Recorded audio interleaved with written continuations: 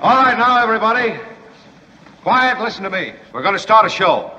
Now, some of you people have been with me before. You know it's going to be a tough grind, but we're going to have a show.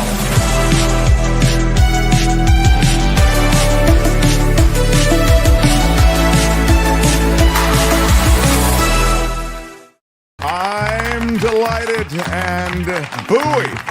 In fact, encouraged and otherwise delighted by your recorded adulation. You know, it is Monday. It is a big day. There's big doings in the world, and we'll get to a bunch of them. Kim is here. Kim, how are you? And Albert is here in place Albert, of thank Tony. you. Tony usually here on Mondays, but Albert this week.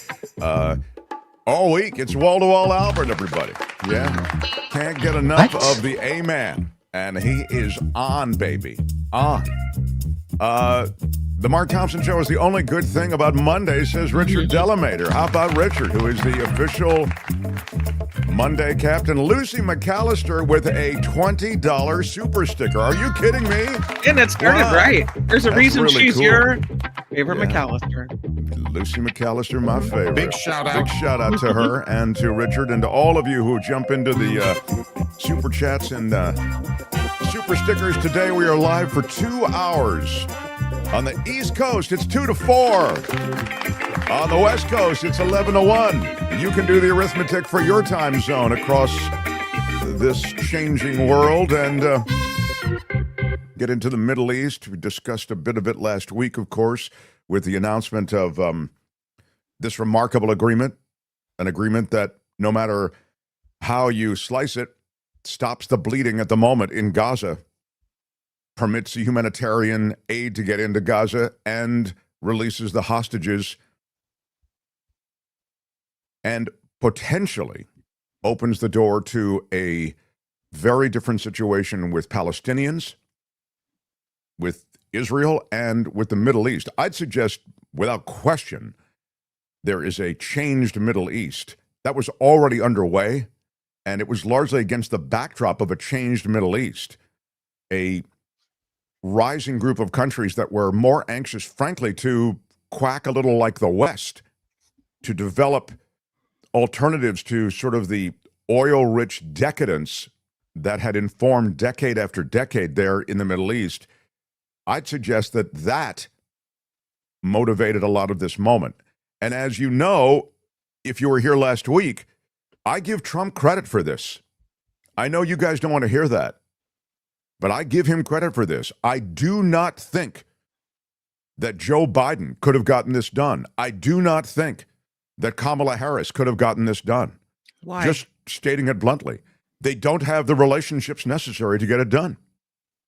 There is no relationship. I'll ask you. I'll throw it back at you. Did Joe Biden have any relationship?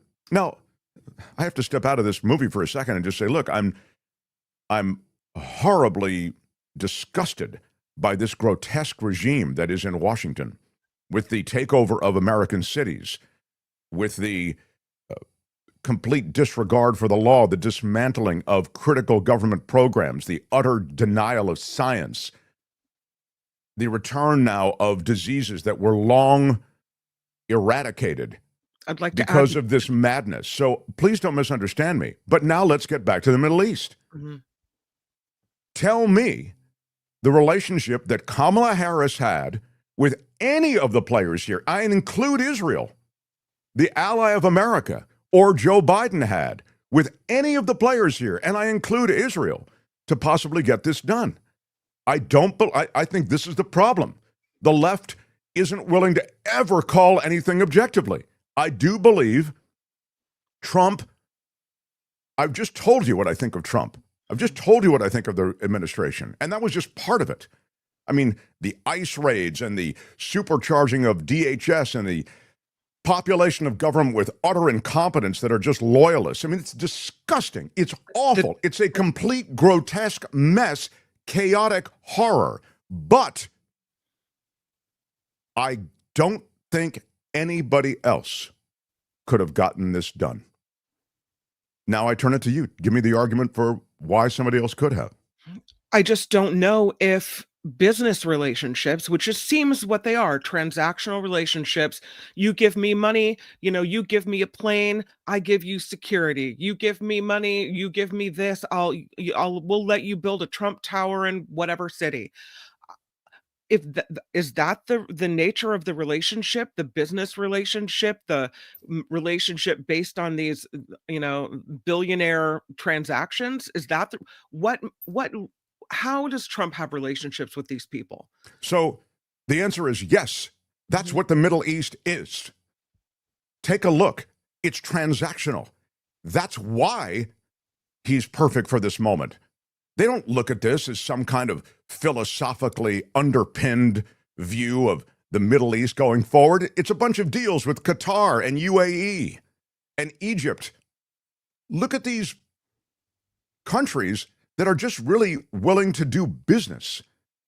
That's why I would say to Israel, be careful. Donald Trump is no friend of Israel. Right. But you still haven't answered my question. Tell me how Biden or Kamala Harris, you were the one who raised the objection. Tell me how they could have gotten it done. All you said is, well, really? It's a business deal? Yeah, that's exactly what it is. It's a business deal. Because maybe then I don't understand the nature of the relationship and why Trump's relationship with the folks in the Middle East is somehow perfect for this moment where others couldn't have done it. I mean, I look at a State Department who's probably been working to make the deal. These people that are longtime diplomats that have probably the wheels have been spinning since well before Trump took office. I don't know. I mean, I see Trump sweeping in to take a bow and take the moment and call for the Nobel Peace Prize. And I mean, if it's his due, it's his due. But I don't necessarily know that others couldn't have done the same thing. Well, I mean, you've given me no argument. You've just kind of spun a bunch of stuff. I'll tell you something. I don't have one. You don't have one because there isn't one. I don't know. This is the honest situation. I'm just saying, I don't know if you have one either, really. What? I just gave it to you. I'll give it to you again.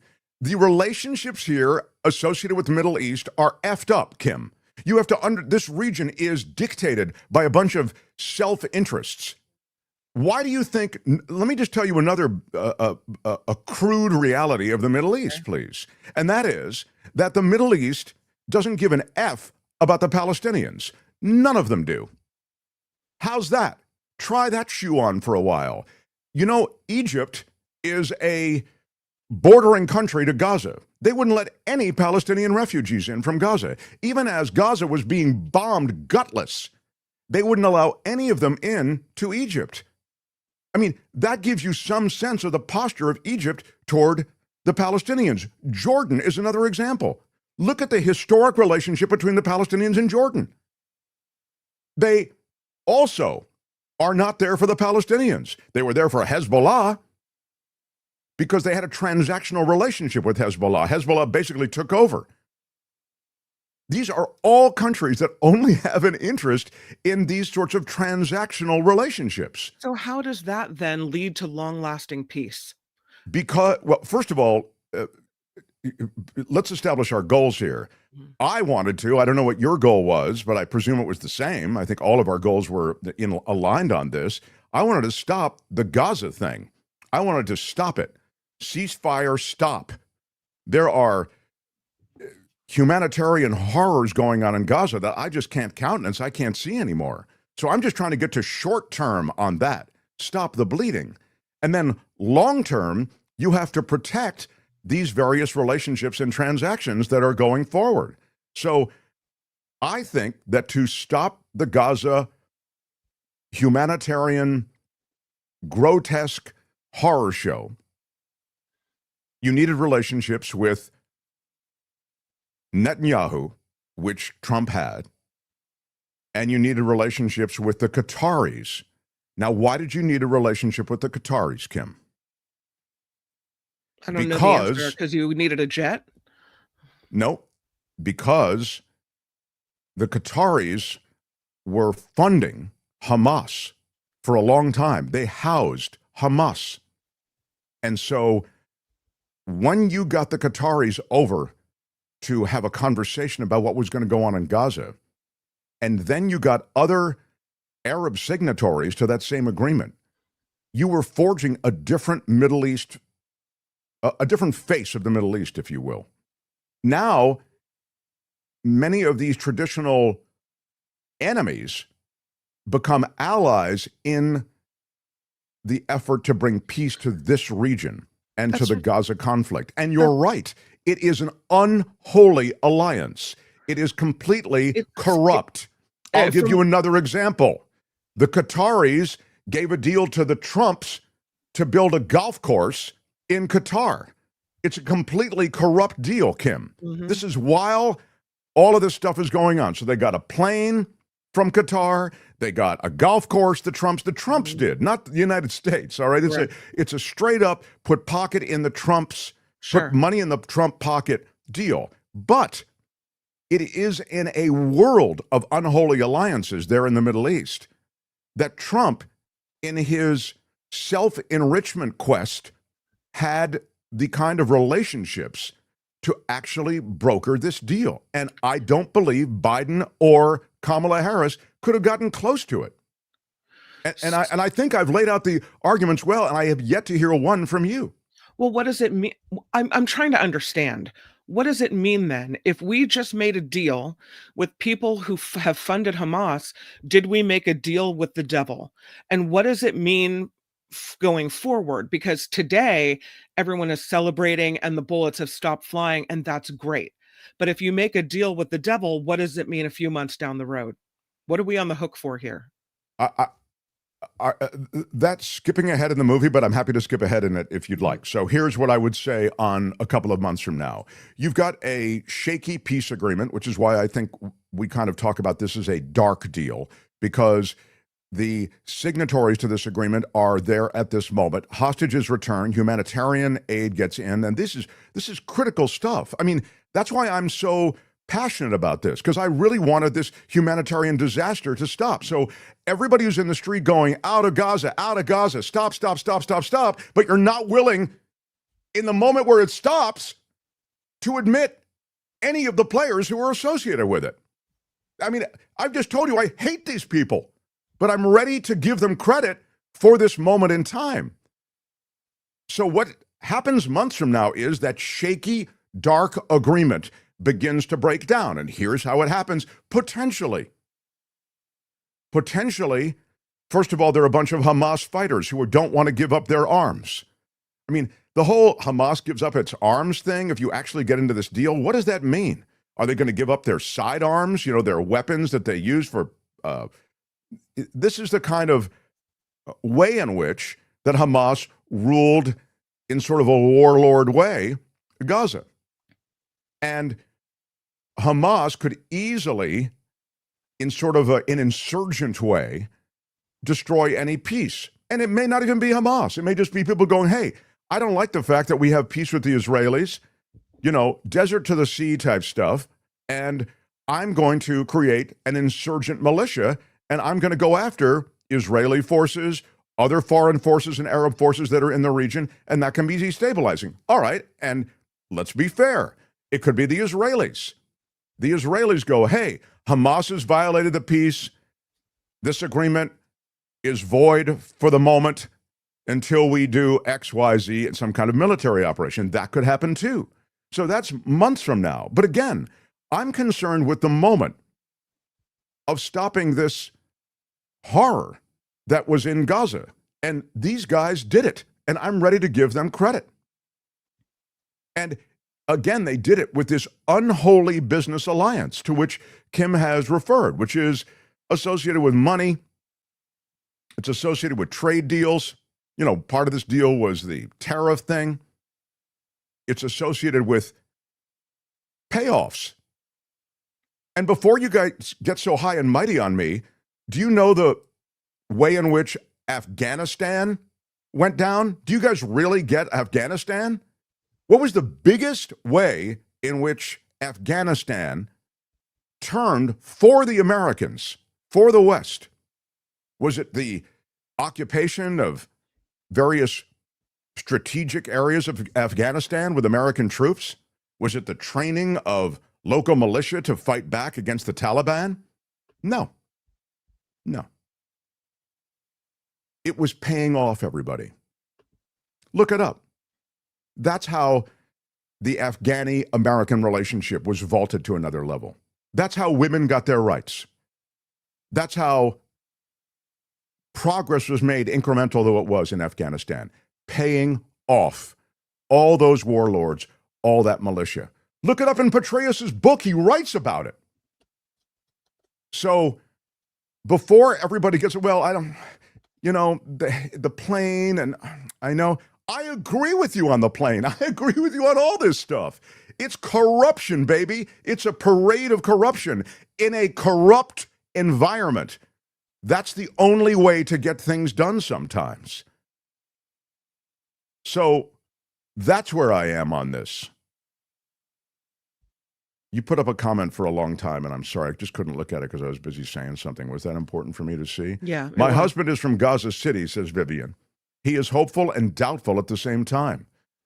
All his family lost their homes, and some of his family was killed during the war. Oh, I'm sorry. The question is, who will be head of the new government? Right, and that is a huge question. Thank you, Vivian, for that $20 super chat. That's a huge question. Yeah, who will govern Gaza?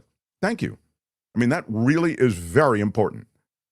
And this coalition of peace partners, how many of them will actually have a physical presence in Gaza to help keep the peace? But this is the key here.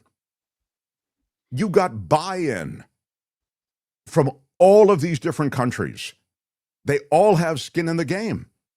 You could not have gotten that except from this corrupt leadership that America has.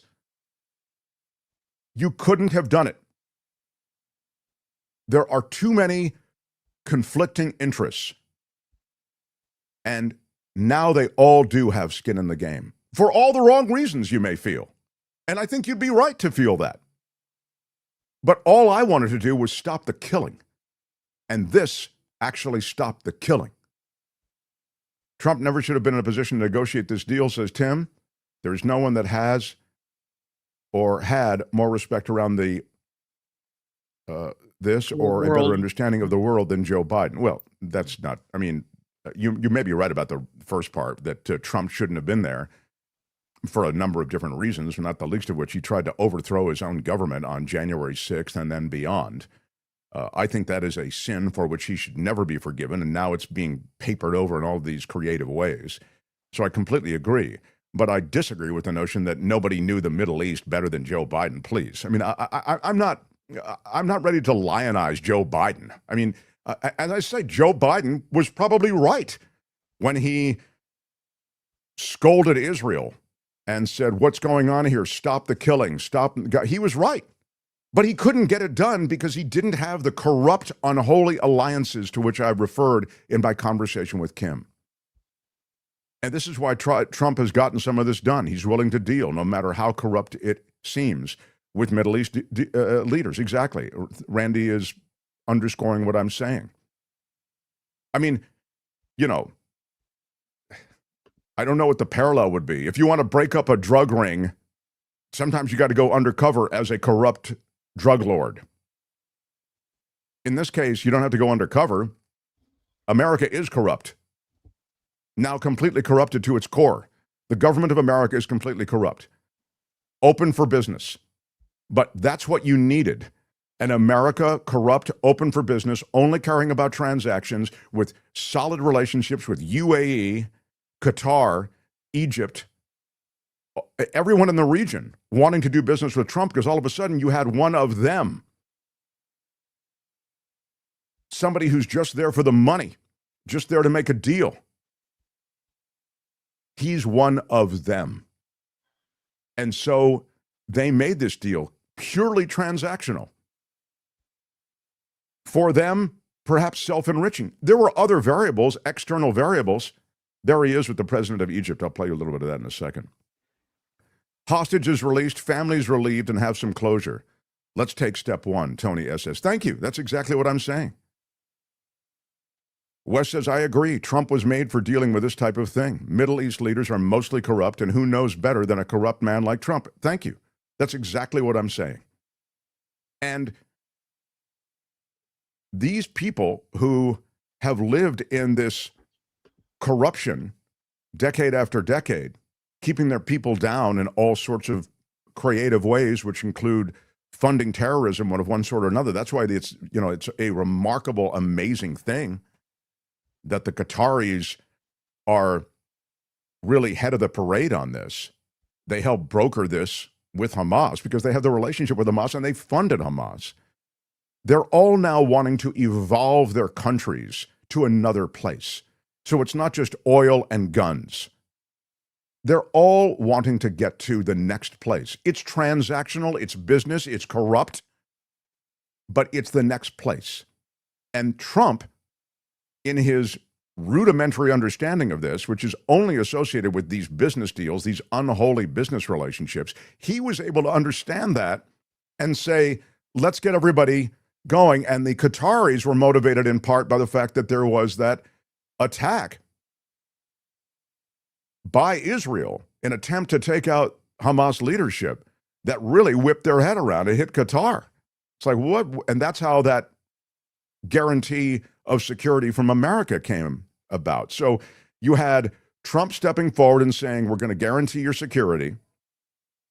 Then you had this navigating of this very tough relationship with all of these different parties, including Hamas. But once the Qatar-America relationship was better, once the Qatar-America relationship moved to another place, after the attack on Qatar, after the guarantee from America of Qatar's security, the Israelis got the memo.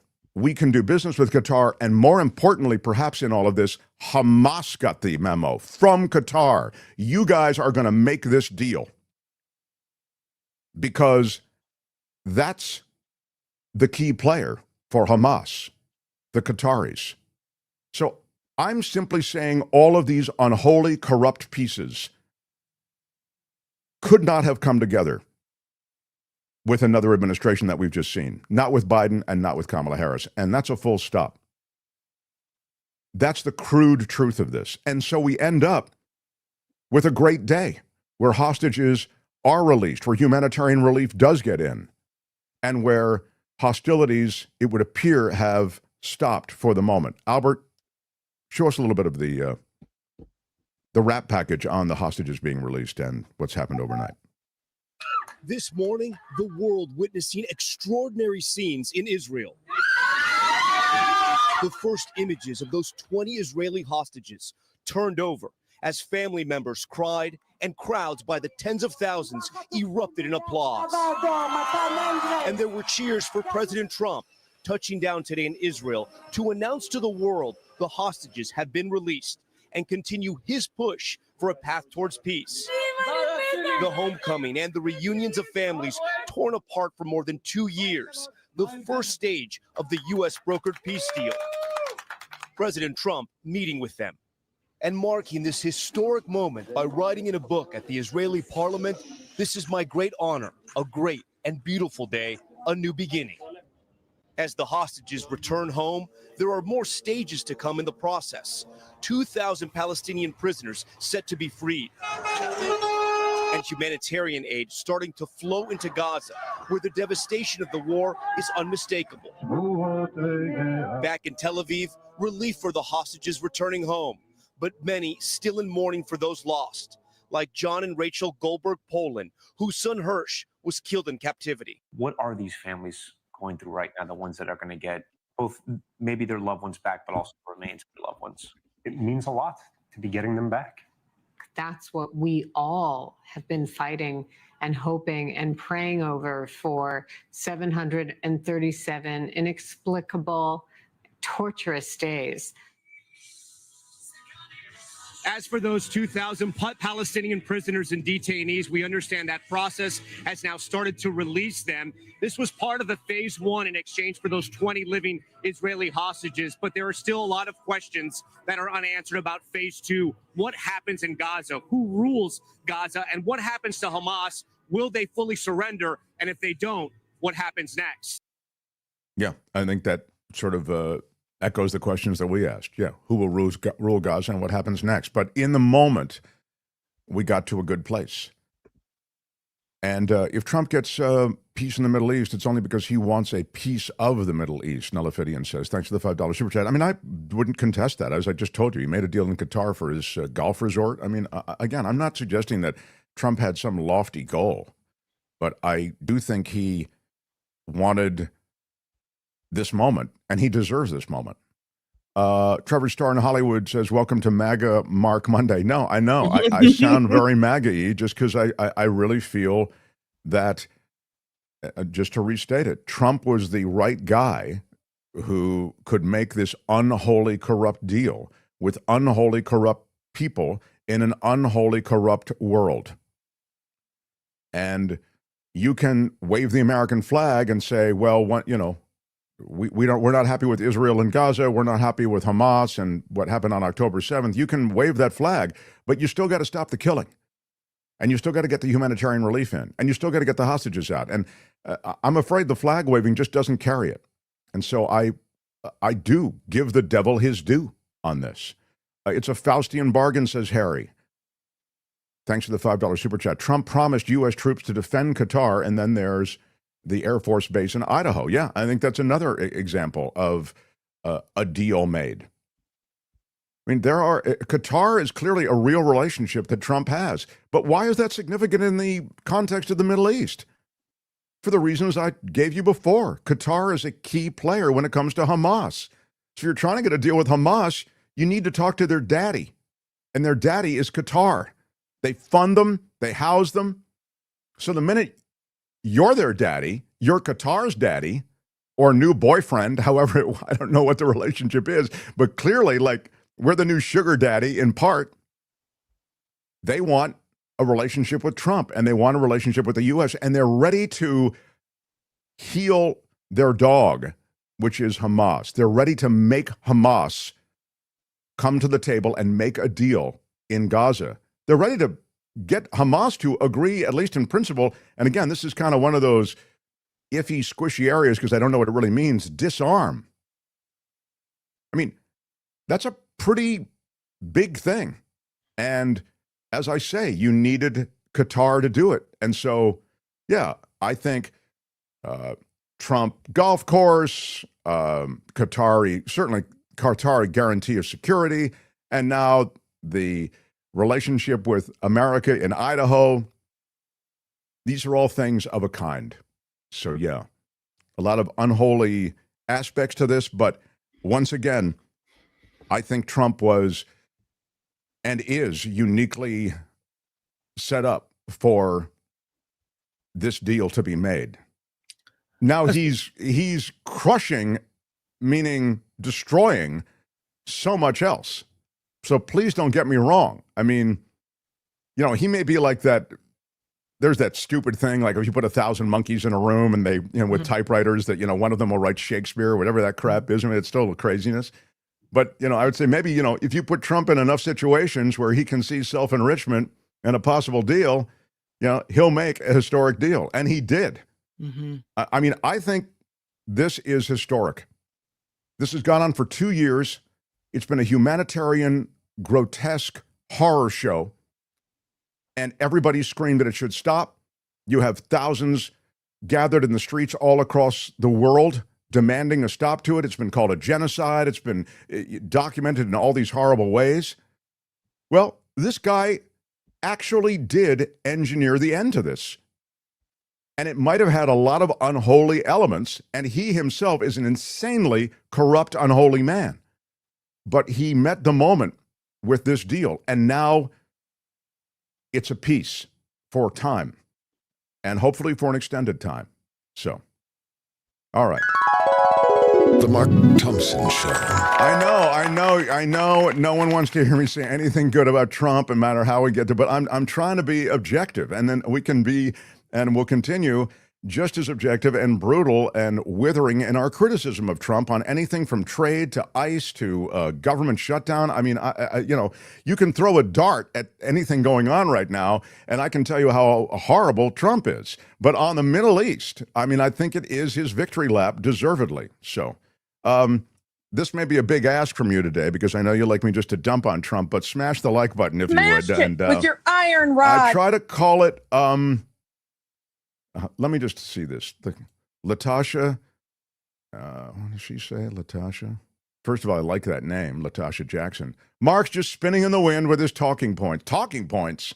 I wish I had talking points. I can't get talking points from anybody on this show. I beg you for talking points. Please, send me talking points, Latasha. Every morning, send me effing talking points. It'll make this show so much easier. Why are you yelling? It would save me all the research. It would save me all the reading. Just give me the effing talking points. Why are you yelling? All right.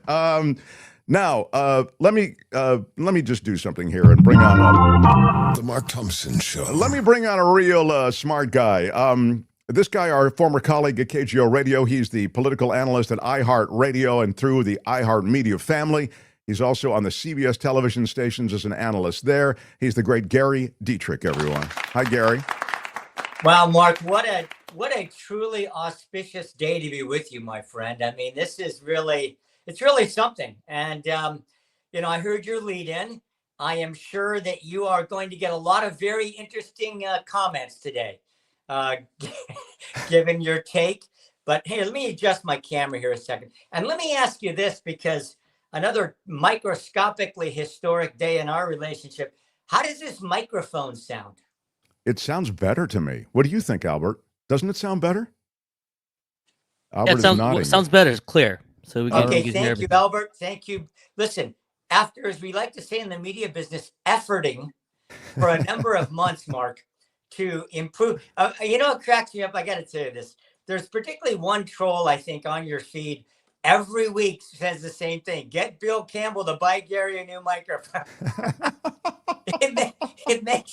It makes me laugh. Well, I want you to know Bill Campbell has nothing to do with my microphones. But I'll just tell you this. What did help was going to our esteemed high value tech crew at CBS television and saying, guys, help me out here. And they hooked me up with a state-of-the-art connectable iPhone microphone, blah, blah, blah, that I'll be able to use for both television and this show. So I'm glad it sounds better, Mark. That's wow. I've never seen anything like it. All right. It's terrific. Gary sounds great, says Amy. That's great. Yeah. It was always funny in the comments to see, I love Gary's segments, but he's too loud, or I can't understand. You know what I mean? So this is kind of nice that we've evolved to this. Okay. Because, it's our three. Let me come to my friend Mark's defense. If for no other reason that the Dietrich's microphone is now halfway decent, smash the like button, people. Let's do it. Smashed it with your iron rod. There you go. Hit that like button. Thank you. Gary, I will spend a beat on what's happening in Gaza right now and what's happened in this hostage exchange and what's happened in this moment. And then I want to move into government shutdown and tariffs and some of these other things. But it's without question historic. And I was suggesting before that to actually bring this about, it might have taken this very specific configuration of troubled international figures to make it happen. Yeah, well, here's a couple things, Mark. I think you are absolutely on the right track. Here's a couple things. First off, what makes this one different than other peace accords we've seen in the past, and listen, you have got to give Menachem Begin and Jimmy Carter and Anwar Sadat their due for the Camp David Accords. I mean, that's really, for those that don't know, go back and read your history. That's really what laid a foundation in the Middle East that to this day has been built upon. So you got to give them their due. Okay. But this one's unique in the following regard, Mark. The as they call it, the class photo up there of some 20 different world leaders, all of them primarily from the Middle East. That is significant. Why? Because past deals have always involved Israel, the United States, and then some other protagonist, be it Egypt back in the day or whatever. This having, and I heard you talk about Qatar, especially, or Qatar, depending on how people pronounce it. But the bottom line is this: having so many signatories that have investment, that is skin in the game in the Middle East, raises the chances of success for this tremendously, right? And that we did not have in the past. People would kind of begrudgingly, okay, well, the U.S. brokered a deal between Israel and whoever, but it was hard for those to stick. Now, when you have so many nation states surrounding this enclave who are saying, look, this is it, this is it, Hamas, this is it, PLA, this is it, Israel, it just makes the likelihood of success far greater than it would have been had it just been a trilateral deal, if that makes sense.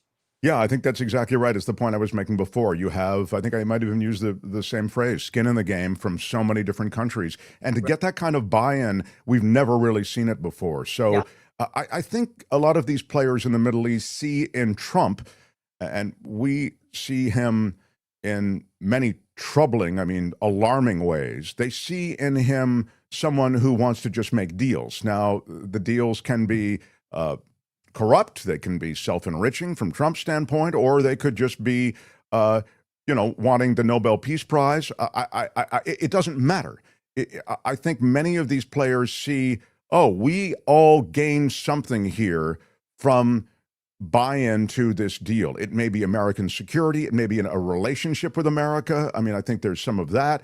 And it may also be evolving our countries to the next place from just being about oil and guns to a kind of a westernized, more complete economy and society. Yeah, well, there's going to be, I guarantee you right now, there are case writers at places like my esteemed alma mater, the Kennedy School, who are going to have an absolute field day with what's happened here, because the complexities of this deal are remarkable, and the behind the scenes complexities that we don't even know about yet. I heard you tick off some things like, the F-15 Air Force training base in Idaho for Qatar and all kinds of things. I will guarantee you that what you said was absolutely correct, Mark. There was an amazing 3D chess game going on here with all these different nation states and what they needed out of the deal to support it, right? And what guarantees they would get and what opportunities they would get. I mean, there was no other way to put this deal together than something like that. And so you may well be right. History will be the one that writes the history of this, of course, in an accurate way. But did it take, some people say he's a buffoon. Some people say he's the consummate deal maker. Did it take a guy who's used to doing negotiations on an incredibly complex scale and, making sure this person's needs are met and that person got bought off or whatever? Did it take that to make this happen? History will be the decider of that. But today, you have to just witness the families of the hostages and many, many other people who are just tremendously grateful that however it came, this day finally did come. I would just note that the people who really were involved in many of the complexities to which Gary's referred, I'd say are, Kushner was one, and Witkoff is another. Kushner particularly has very strong relationships here. And again, if you want to talk about an unholy alliance and a corrupt alliance or corrupt relationship, I think you can look at the alliance between some of these countries, a handful of them, and Jared Kushner. But again, in that utterly corrupt, self-enriching way, if you want to look at it that way, Jared Kushner was the guy to actually get it across the finish line. I think as you look at a realignment of the Middle East, these are the troubled figures that actually are key players. And I love that you've mentioned the backdrop and the groundwork that was laid decades prior by Israeli leadership and Egyptian leadership. And it reminds us of sort of the struggle and how this is forged out of all of these decades of history. Yeah, I think that's really true. I think there's been a realization in that part of the world, Mark, that, okay, we're going to have centuries old, many, many disagreements that are not going to disappear. But if the region itself as a whole and as individual nation states and people groups are going to survive and thrive in the modern world, they somehow, and I think this is where a lot of the Arab states came, we've got to get beyond some of this. This is hindering our people's ability to stay up with technology, with infrastructure, with job creation. You see what I'm saying? With trade relationships, the basics of nation state building and thriving. And I think that's why they finally put the Arab states finally put their thumb on the scale and said, look, Hamas, this is your last and best deal. We can't give you arms anymore just to continue this. We've got to do something different. And they did. And you make an interesting point about Jared Kushner. Do you know when Trump came back into office this time, it was very plainly stated he's not going to play a big role. He's not in the White House. He's not going to be around. All of a sudden, you're right, Mark, at the sort of 12th hour, his relationships, he went over there with Witkoff, and they stated plainly in the last 10 days, 2 weeks, we are not leaving the Middle East until a deal is done. And I think people took that seriously. And the relationships that Kushner had formed with some of these players in the Middle East undoubtedly played some kind of an important role in bringing this across the finish line. The last thing I want to say is, and then I want to move on, is that the Palestinian state must exist. A two-state solution has to be a goal. And I think for the first time, more and more people who even have been resistant to that notion are coming to that conclusion. And that is yet another terrific thing that could happen for potential Palestinian statehood. Yeah, it's important for people to know, if they haven't yet become aware. This was a 20-point plan. This isn't just bring the hostages home. And by the way, a huge prisoner swap. I mean, the Palestinians are getting back hundreds of people out of Israeli jails, etc. But the important thing is there's a lot of important steps to go. Phase 2 starts today. Now that the hostages are released, that's going to be complex. And there will be multiple phases afterwards. But for people that aren't aware, yes, Mark, political statehood for the Palestinians, a so-called two-state solution, is envisioned as part of the long-term 20-point plan. Now, I want to, Albert, play a little bit of President Trump with the president of Egypt. And I'm playing it not so much for the Egypt Middle East deal, but just listen to how Trump gets his grievance in, and maybe it tips his hand as to what's next in America. This is the very beginning. They've just been seated, and this is Trump speaking. Go ahead. Amazing. To hear how he references crime, tough leader, doesn't take any crap. I mean, that's kind of where I think Trump wants to be. He wants to bring all of these, what he calls blue cities, and blue states. He wants to bring the resistance in to heal. And he wants to rule, I think, or envies the ability of people like the Egyptian president to rule with an iron hand. That's what I got from that.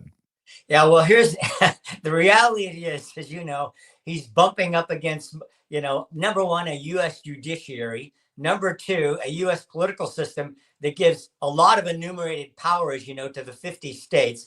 These are things other countries don't deal with, of course. Other leaders, national leaders don't deal with. So that's the challenge for Trump.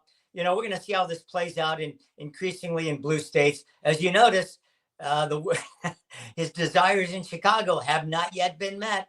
Yet an appeals court, this is a really amazing kind of recent ruling just came down. You can activate and federalize the National Guard, but you can't deploy them.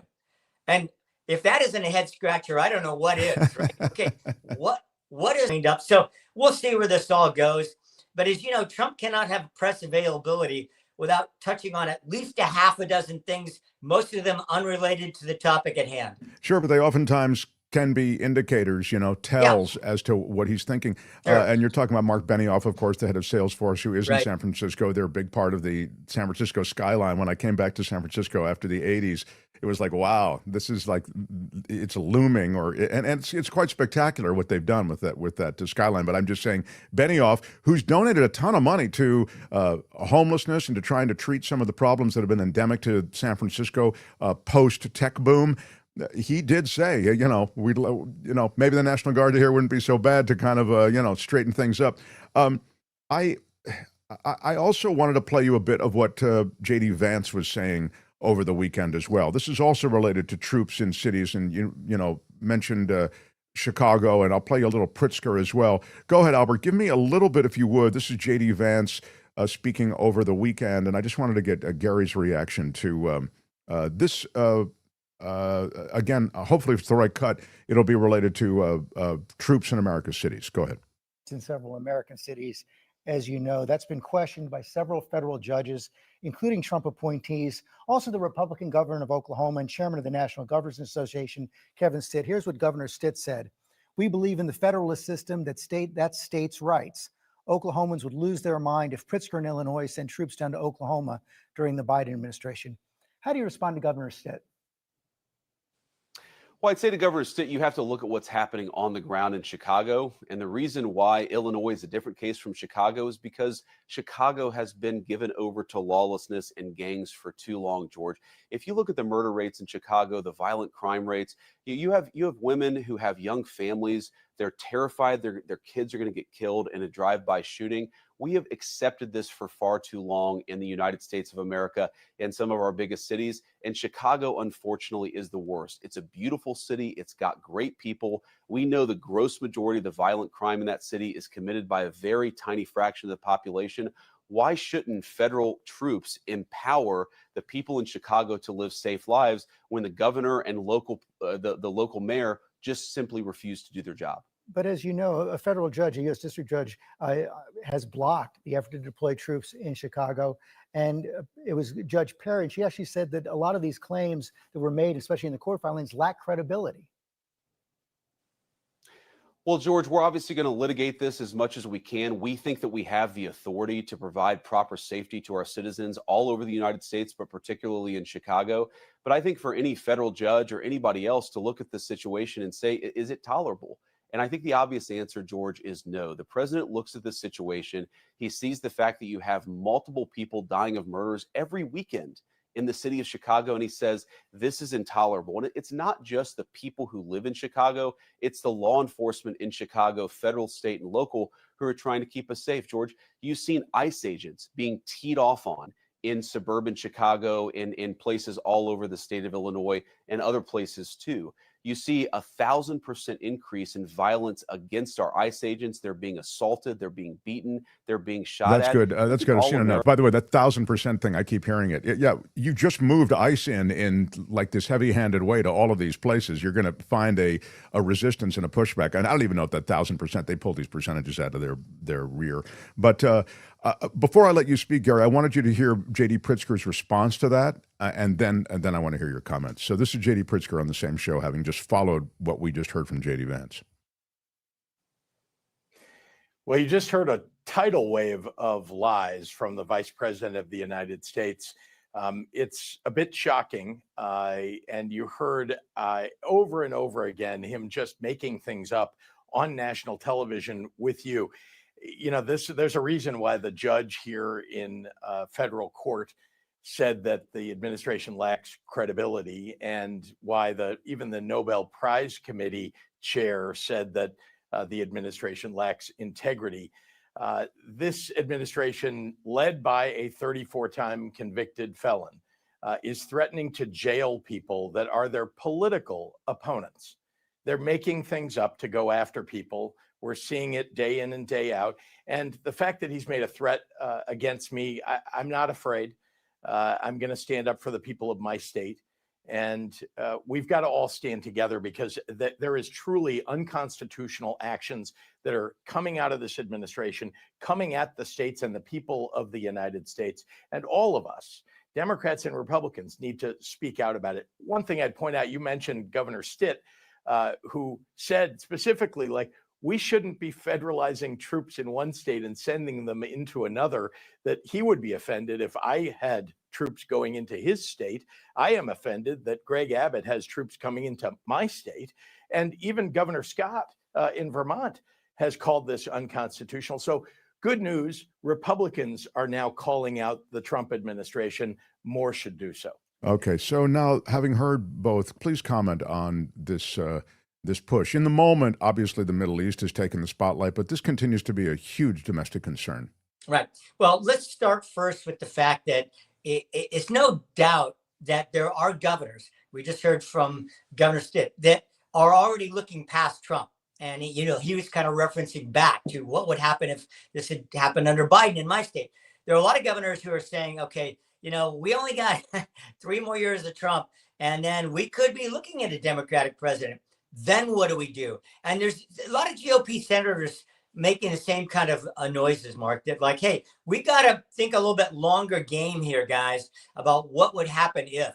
So I think that's what's happening in some elements in the GOP, and they are beginning to make their voices heard more and more, and saying we need a more traditional view of states' rights versus the federal government. Secondly, you cannot divorce. It's absolutely impossible to divorce states like Illinois and California and their respective governors from 2028. I mean, I think it's no secret that Gavin Newsom and Governor Pritzker, have their eyes on a very good chance of both running in 2028. And Trump and his people obviously clearly know this and are going to take every shot they can. And it's interesting because Pritzker now is beginning to rival Gavin Newsom as being the, who gets the number one position for being anti-Trump.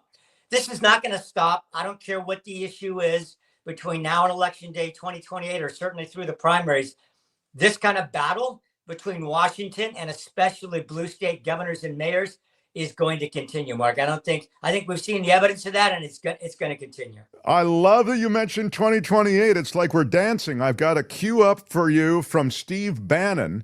He'll start with a reference to Democrats and just their inability to get a message that lands with people, but then it segues quickly into 2028, and might Trump be on the ballot again? Go ahead, Albert. As the Democratic Party becomes more violent and more kind of almost obscure in what they're fighting for. I shouldn't say obscure, it's the wrong word. As they become kind of weirder policies, but more intense policies that are clearly anti-American. And you see, more things you see like what happened in New York City on October 7th and who they're holding up, the Luigi Mangionis, the Zorhans. I think the more you see of this, the fight to remove illegal alien invaders from the country in Chicago and Portland and others, the more embracing of Antifa, I think we'll get more working class people to our side that are looking for the economic benefits of the American economy. So let me ask you about Trump 2028. We have a 22nd Amendment, which bars anybody from running for a third term. Do you think that that's not a barrier for him, or how do you see that? I think that there are many different alternatives that at the appropriate time after the midterms in 26, we will roll out. But I think there are many different alternatives to make sure that President Trump is on the ballot. And if he's on the ballot, he'll win. So I think there's many different alternatives. Remember, people said back in the interregnum that President Trump, what was it, the immunity situation, trying to kick him off the ballot in Colorado, other things about presidential immunity, what he had done, and some of the acts. People said we were going to lose at the Supreme Court. I think both of those we won 9-0. I think the Supreme Court has Roberts Court in looking at President Trump's, I think his interpretation of the real powers, or I call the expanded powers of the chief executive, both, the office of the president, chief executive, commander in chief, and also the chief magistrate and chief law enforcement officer. I believe that the Supreme Court's sending a very strong signal that it's reversing what the Warren Court tried to do in staying out of what they call political issues. Okay, so what he's basically saying there, I love that he uses the word interregnum to sort of suggest that when Biden was there, it wasn't legit. The idea basically is we've got the courts and they'll rule in our favor. We'll find a way to get Trump on the ballot. And again, he'll be older man, don't know what his state will be, but obviously there are those with an interest in having him continue. But your reactions to Bannon? Well, first off, let's be clear about this. Steve Bannon's, the scale and scope and impact of his voice, Mark, has diminished considerably. Even inside Trump world, even inside MAGA world, there are many people inside those worlds who want him just to go away, okay? And think that he has not been very helpful, even to Trump himself, in many ways. So it's important to know that Steve Bannon is not the oratorical powerhouse that he was, say, 6, 8, 10 years ago in Trump world. That's number one. Number two, the equivalencies, or he was trying to take a piece of chalk and draw on the sidewalk, between presidential immunity, in Colorado, and then expansion of powers, and then the 20. They have nothing to do with the 22nd Amendment. Absolutely nothing.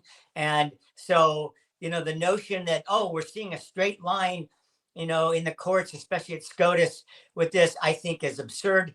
And Roberts would tell you that himself, I'm sure. So, inside, I can tell you, Mark, inside the GOP, there's widespread quiet agreement that there's not a chance that Republicans, more writ large, would support a Trump candidacy. Are there going to be Trump loyalists who want that? Absolutely.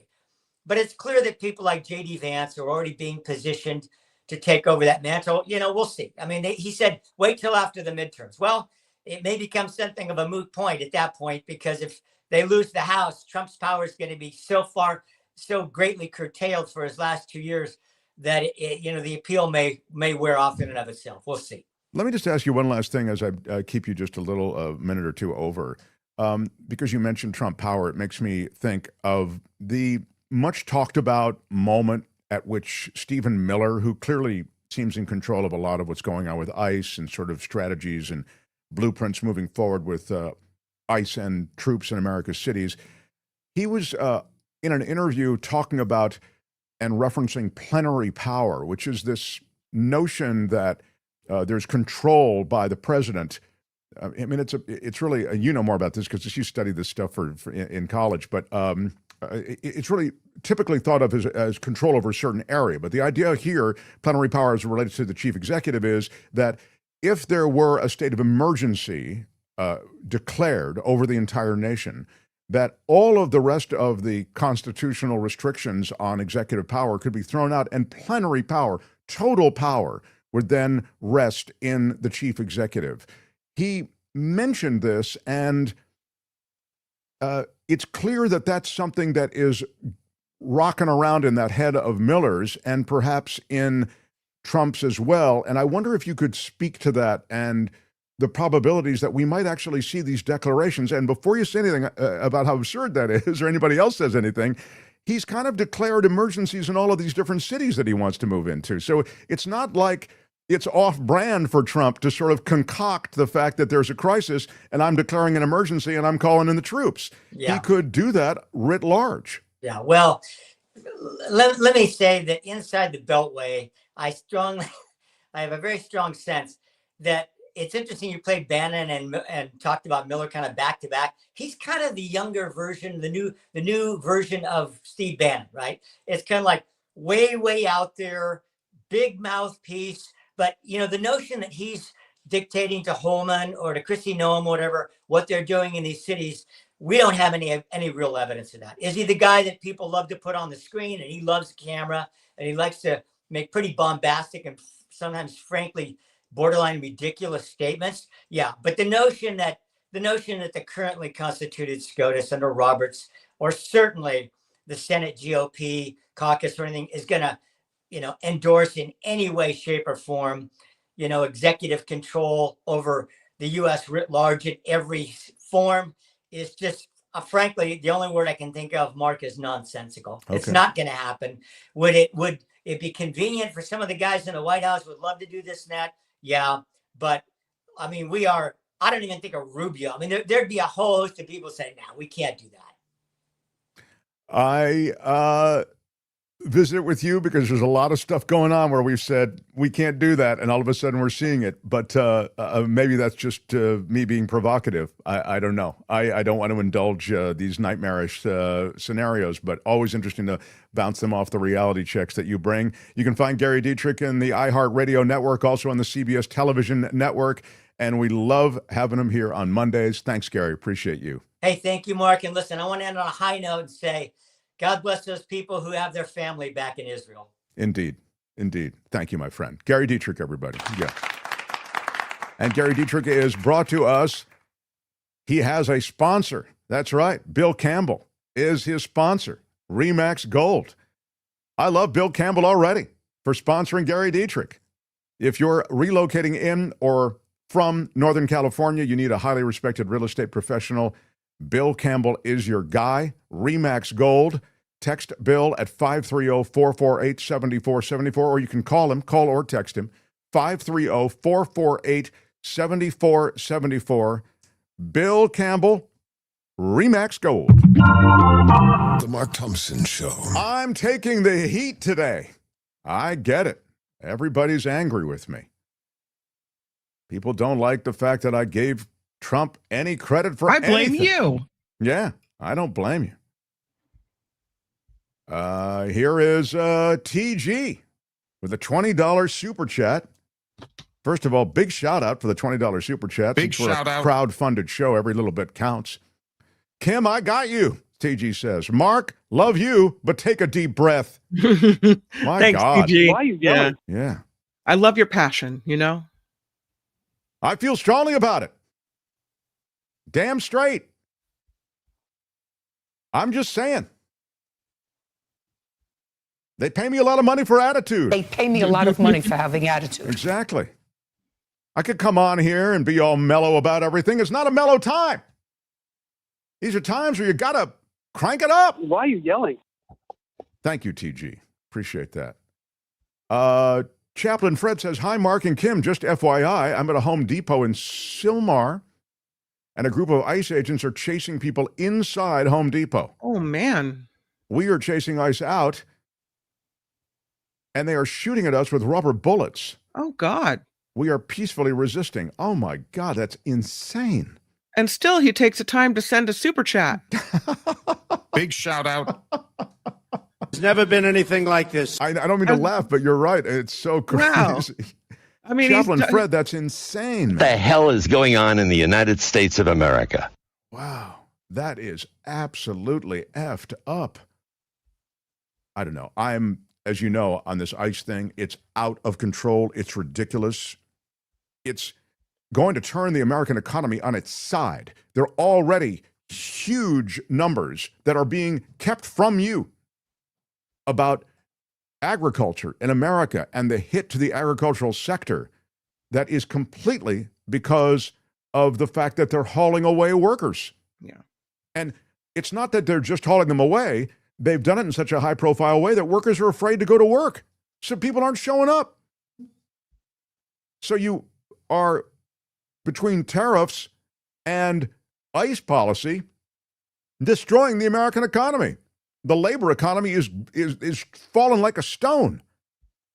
Add to that the ridiculousness of these Chinese tariffs. I'll get to it in a little bit. I mean, that's the lunacy of Trump policy, these impulsive, chaotic policies. He doesn't know what he's doing when it comes to the American economy. And this, of course, is informed by the ICE policy is informed by a racism and a nationalism that is completely disregarding any kind of economic impact. So you basically have screwed the American worker in several ways and screwed the American middle class working paycheck to paycheck, depending on so many aspects of the American economy that offer them some minuscule chance of continuing. I don't mean to paint too dark a picture, but that really is what it is.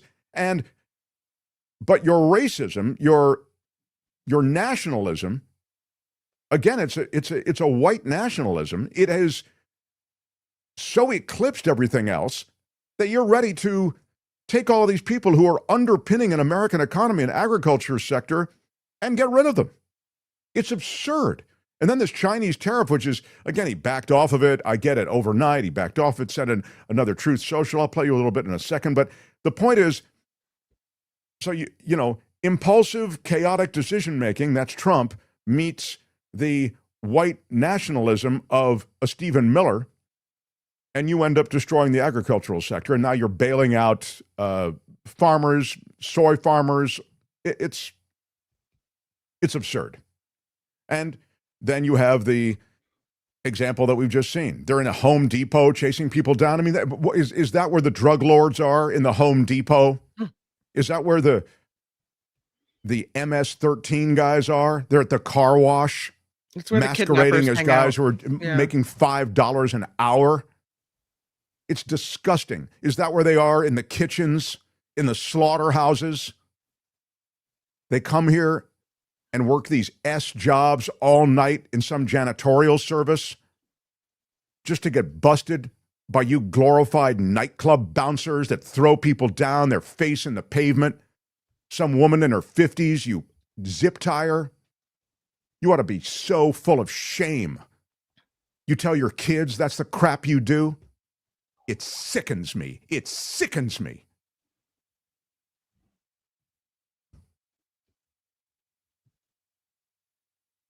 Should we honor Christopher? Oh, Christopher.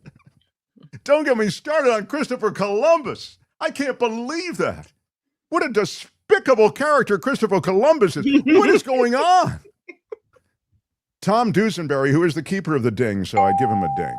Should we really honor Christopher Columbus for discovering a small island in the Caribbean that he thought was India? I know it is weird, huh? It is weird. But that entire narrative has been twisted. Kim will give us more on that later. And then I'll pop off about Christopher Columbus.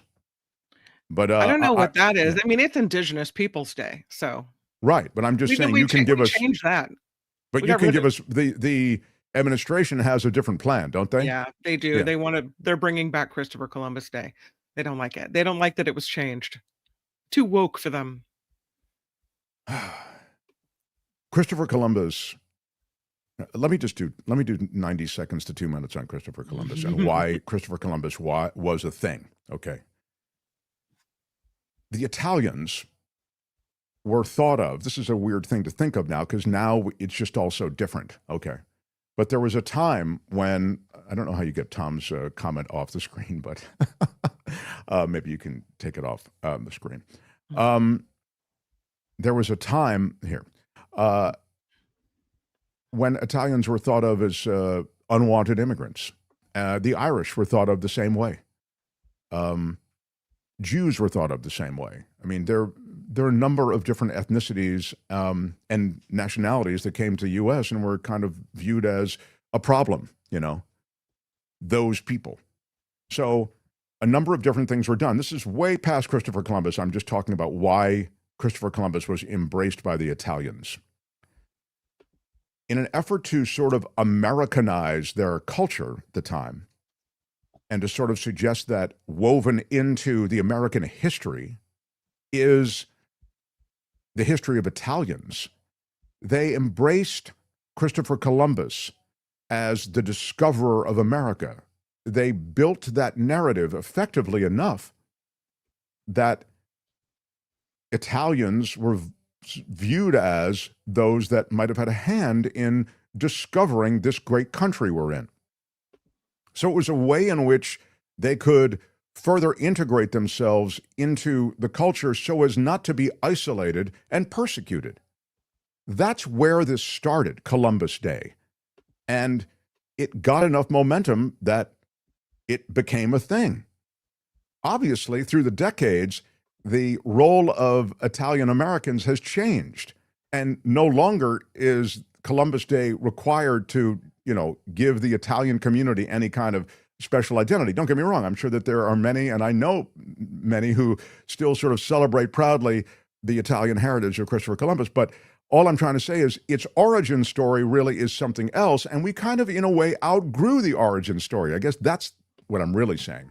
And so as we've now outgrown it, it makes sense that we really look at the true founding of America, the true first people. They're the indigenous people. So it makes total sense that we celebrate the indigenous population. That at least is consistent with reality, not some ginned up story that had a secondary purpose. So that's the word on Christopher Columbus Day. The last thing I'll say is about Christopher Columbus himself. He was so heinous. He was a brutal enslaver of people. He was a torturer and murderer of people, to the point that the Spanish asked him to come back. They were getting so many reports of the cruelty and the horror that he was wreaking across this entire area. So Christopher Columbus wasn't celebrated even by the people who sponsored him. Those are the facts. Of course, facts in the new America mean nothing. But that's the situation on Indigenous Peoples Day and on Christopher Columbus. So. The Mark Thompson Show. I mean, there's plenty of Columbus Circle and Columbus Avenue, and, in San Francisco, there's, we have, right, and in New York, Columbus Circle, et cetera. Didn't you have to make an elementary school, Columbus art in kindergarten? Sure, right. On Columbus Day, yeah. Yeah. And all the stuff you learn in elementary school and in school, everything is rounded off. All the sharp edges are rounded off, right? When we talk about Thanksgiving, the story is completely rounded off. It was a bloodthirsty horror, Thanksgiving. Look it up. The way that indigenous peoples were treated by settlers. Whenever you see settlers, you know there's bloodshed. I mean, you don't settle a land without people being killed. The new people are there, and guess what they're going to do with the old people? They're going to bump them out, and the old people don't want to be bumped out, so there's going to be a fight, and blood is going to be shed. And again, sorry, these are just the realities. But meanwhile, we're making little crowns, and we're making little turkeys, and we're making, that's what we do. That's right. You know, right. But I get it. I'm not saying that kids should be exposed to the real story, but I'm just saying that, but guys, once we're past 6th, 7th grade, can't we get the real story out? Or do we still have to complete this fiction until we, go to the great beyond? Vilma says Trump shouldn't be allowed to deal American land to Middle Eastern countries for military purposes. What's the next deal? California land? Well, I'm sure he'd love to deal California land. Thank you for the super chat, Vilma. Also a super chat from Michelle Walton, a $5 super chat. Adam Mockery of MTN is, what is he? Is that the Midas Touch Network? Yeah. Put out a video today, and Trump's name is on number 9 to be in charge. No other names were listed, but who's going to appoint the others? I'm sorry, I don't know what this means. Do you know what it means, Kim? Looking at who should be in charge and what the new... Adam Mockery of Midas Touch Network put out a video today, and Trump's name is on number 9 to be in charge. Maybe when you're talking about to be in charge of runs the new government and the second... Oh, in Gaza? Is that what you mean? In Gaza, whatever, yeah. He doesn't want to run Gaza. No. He wants power, but he doesn't want to run anything. He doesn't I don't want to know. run anything. He might like to appoint someone who Okay, reports that to could him. be. Yeah. I don't know. Jim Nalgren says, why doesn't he take care of the ICE hostages first? Bravo for that. Yeah, I agree. I mean, he has to kind of run it if he's going to turn it into the Mediterranean of the Middle East, right? Yeah. Well, that was an early plan. The Oh, Gaza plan was the Mediterranean of the Middle East. That's absolutely Yeah. right. I don't think that is the prevailing plan now. Jim Eaton with a $2 super chat says, remarkable is how kids say, because we were a few minutes late today. Remarkable is how kids say a few minutes late. Yeah. Meaning remarkable, because we are the Remarkables, because Mark is in the name. That's how Remarkable started, if you're looking for that derivation. I wonder what Ukraine is thinking about all of this, says Richard. Yeah. Different kinds of relationships there, but interesting, again, like that's your challenge, right? Russia, unholy broker. Ukraine, clearly the aggrieved party, to be polite about it. They were invaded. But also, there are unholy deals to be made there. That's kind of what I'm saying. It's a dirty world, and you've got to get dirty to solve some of these problems. But yeah, I mean, I take your broader point. I meant Sylmar in San Fernando Valley. Yeah, Chaplain Fred, we knew. We corrected it on the air. Trevor says, okay, so Trump got hostages released. Fine. Meanwhile, he's taking hostages in every U.S. city he can get into. Yeah, this is what I was saying before, that don't mistake my telling the story on the Middle East and on Trump. Don't mistake that with me somehow in any way being cool with the fact that he's doing all of these other things in this country. I've just told you, you can throw a dart at any issue hitting America right now domestically, anyone. And Trump is absolutely destroying it. It's a horror show. Anything from the CDC to the ICE. I'll be with you in a second, love. To what's going on with ICE, to the economy. So I've just told you, I've laid that bare. But again, I'm just giving him his day on the Middle East. So Trump can now say he plays guitar now, says Jim Slade. Now I love it. See, he's a guitar player. Yeah, he's a guitar player. I get it. Let's celebrate children getting food today, says Richard Delamere. Yeah, I think that's a reasonable thing to celebrate. Bravo. Lucy McAllister, again, thank you for that $20 super sticker. You are so cool. Big shout out. And you remain my favorite McAllister. Benioff needs to S the F you, says Vanessa Pacheco. Yeah. I live in SF and I feel perfectly safe here. Keep the National Guard out, says Vanessa Pacheco. Yeah. 5 years from now, says CC Ryder, I would not be surprised if former Hamas leaders worked at Trump hotels. Yes, the concierge is a former Hamas leader. That's very good, CC Ryder. And Latasha Jackson and I got into it in the first half hour, if you missed it. My screaming fest that she tried to get in the middle of. Oh, Mark, you made my day, even though I don't agree with you of most of what you said. Yes, well, I loved it too, Latasha. It was great. It was good for you, and it was good for me. When you get in one of those screaming fests, it's best to just back away slowly and let you go. Damn straight. Don't yell at me, Mark. She said, I can't. Why are you yelling? I cannot help it. Why are you yelling? I'm telling you, that is what I do. They pay me a lot of money for having attitude. Thank you. That's the word. Judge Judy gets it for sure. And Louise says, hey, Couchy Vance, urban violence can't be tolerated, but mass shootings at schools, churches, etc. are just the, quote, price to pay for our beloved guns. FUJD, says Louise. Yeah, I thought that was weird too. Like, and they're talking about the murder rate in Chicago and all the rest. You saw what happened in Mississippi? You saw what happened in Mississippi? Let me just tell you what happened in Mississippi. I thought I put it in. Did I not put it in? 8 killed in 2 shootings at a Mississippi school homecoming celebration. I saw that. Yeah, at the right. Yeah, at the homecoming. So, my daughter just went through the homecoming, traditions here in the North Bay. Sure, and it could have happened anywhere. 4 people killed in a shooting at Leland, Mississippi high school homecoming football game. 2 people killed in a shooting on Heidelberg High School's campus. Opposite sides of the state of, is it a blue state? I don't know, is it California? Is it Illinois? No, it's Mississippi. 4 of the dead killed in downtown Leland after a high school football homecoming game in the Mississippi Delta region. That's on the state's western edge. On the eastern side of the state, a pregnant woman was among those killed in Heidelberg, Mississippi. At a homecoming football game. In Leland, about 20 people were injured in the gunfire after people gathered in the downtown area after the game. 20 of the wounded were taken to hospitals, 4 in critical condition. That is your murder rate in another state, JD. When are you going to send the National Guard there?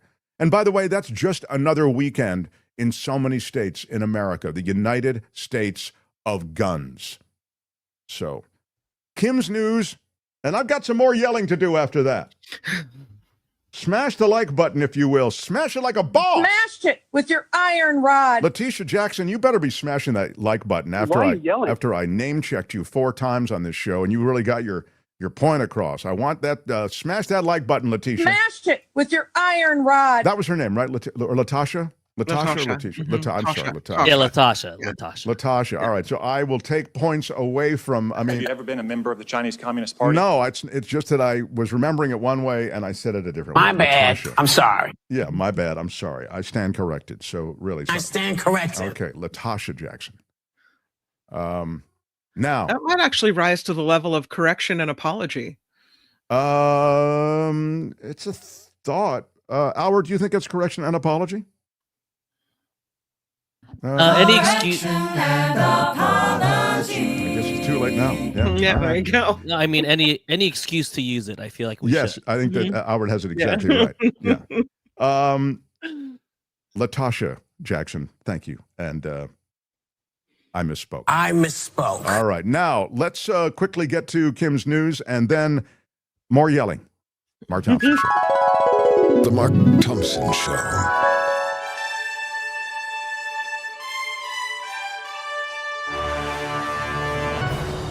And we have entered the non-yelling portion of the Mark Thompson Show. I'm Kim McAllister. This report sponsored by CoachellaValleyCoffee.com. President Trump is heading back to Washington, D.C. after signing the Middle East peace plan. Trump departing Egypt aboard Air Force One after signing the Gaza ceasefire and addressing leaders from around the world. The 20-point plan has so far led to a Gaza ceasefire, with Hamas releasing all of its living Israeli hostages and Israel starting to release its Palestinian prisoners. The president says now food and supplies will flow into Gaza to aid the Palestinians. Trump believes his plan will lead to greater peace in the region beyond Israel and Hamas as well. Ukrainian President Volodymyr Zelensky expected to meet with President Trump at the White House on Friday. This comes as Trump has been considering providing Tomahawk missiles to Ukraine as the war with Russia continues. Monday, Trump said he and Zelensky talked about the possibility on the phone over the weekend. Some airports are refusing to play a video that blames Democrats for the government shutdown at TSA checkpoints. The video features Homeland Security Secretary Kristi Noem saying Democrats in Congress refuse to fund the federal government, and because of this, many of our operations are impacted. Well, officials at Seattle, Portland, Phoenix, and Buffalo, Westchester, New York airports have decided not to play that video at TSA checkpoints, some citing the political nature of the video as the reason for that decision.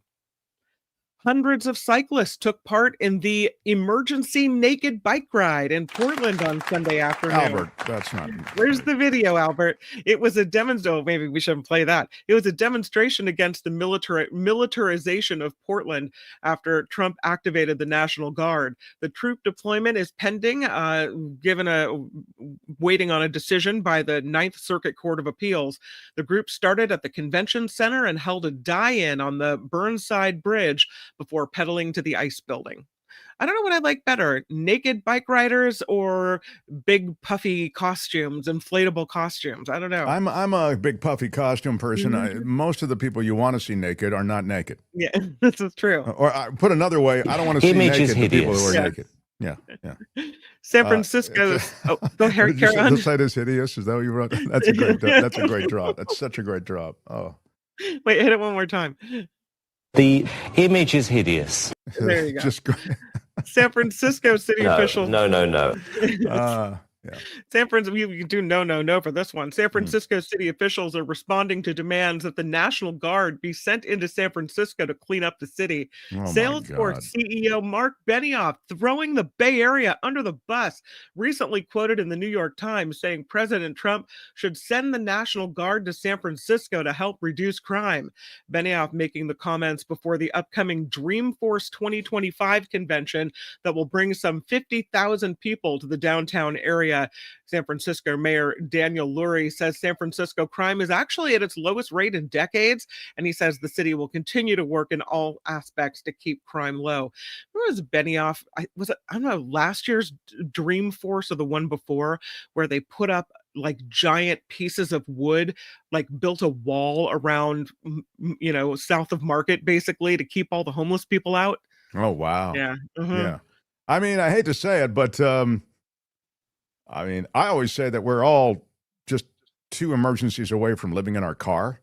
That's right. That said, I don't really want homeless people hanging around my building if I'm, I don't care what my building. You know what I'm saying? It's tough. Sure, I do.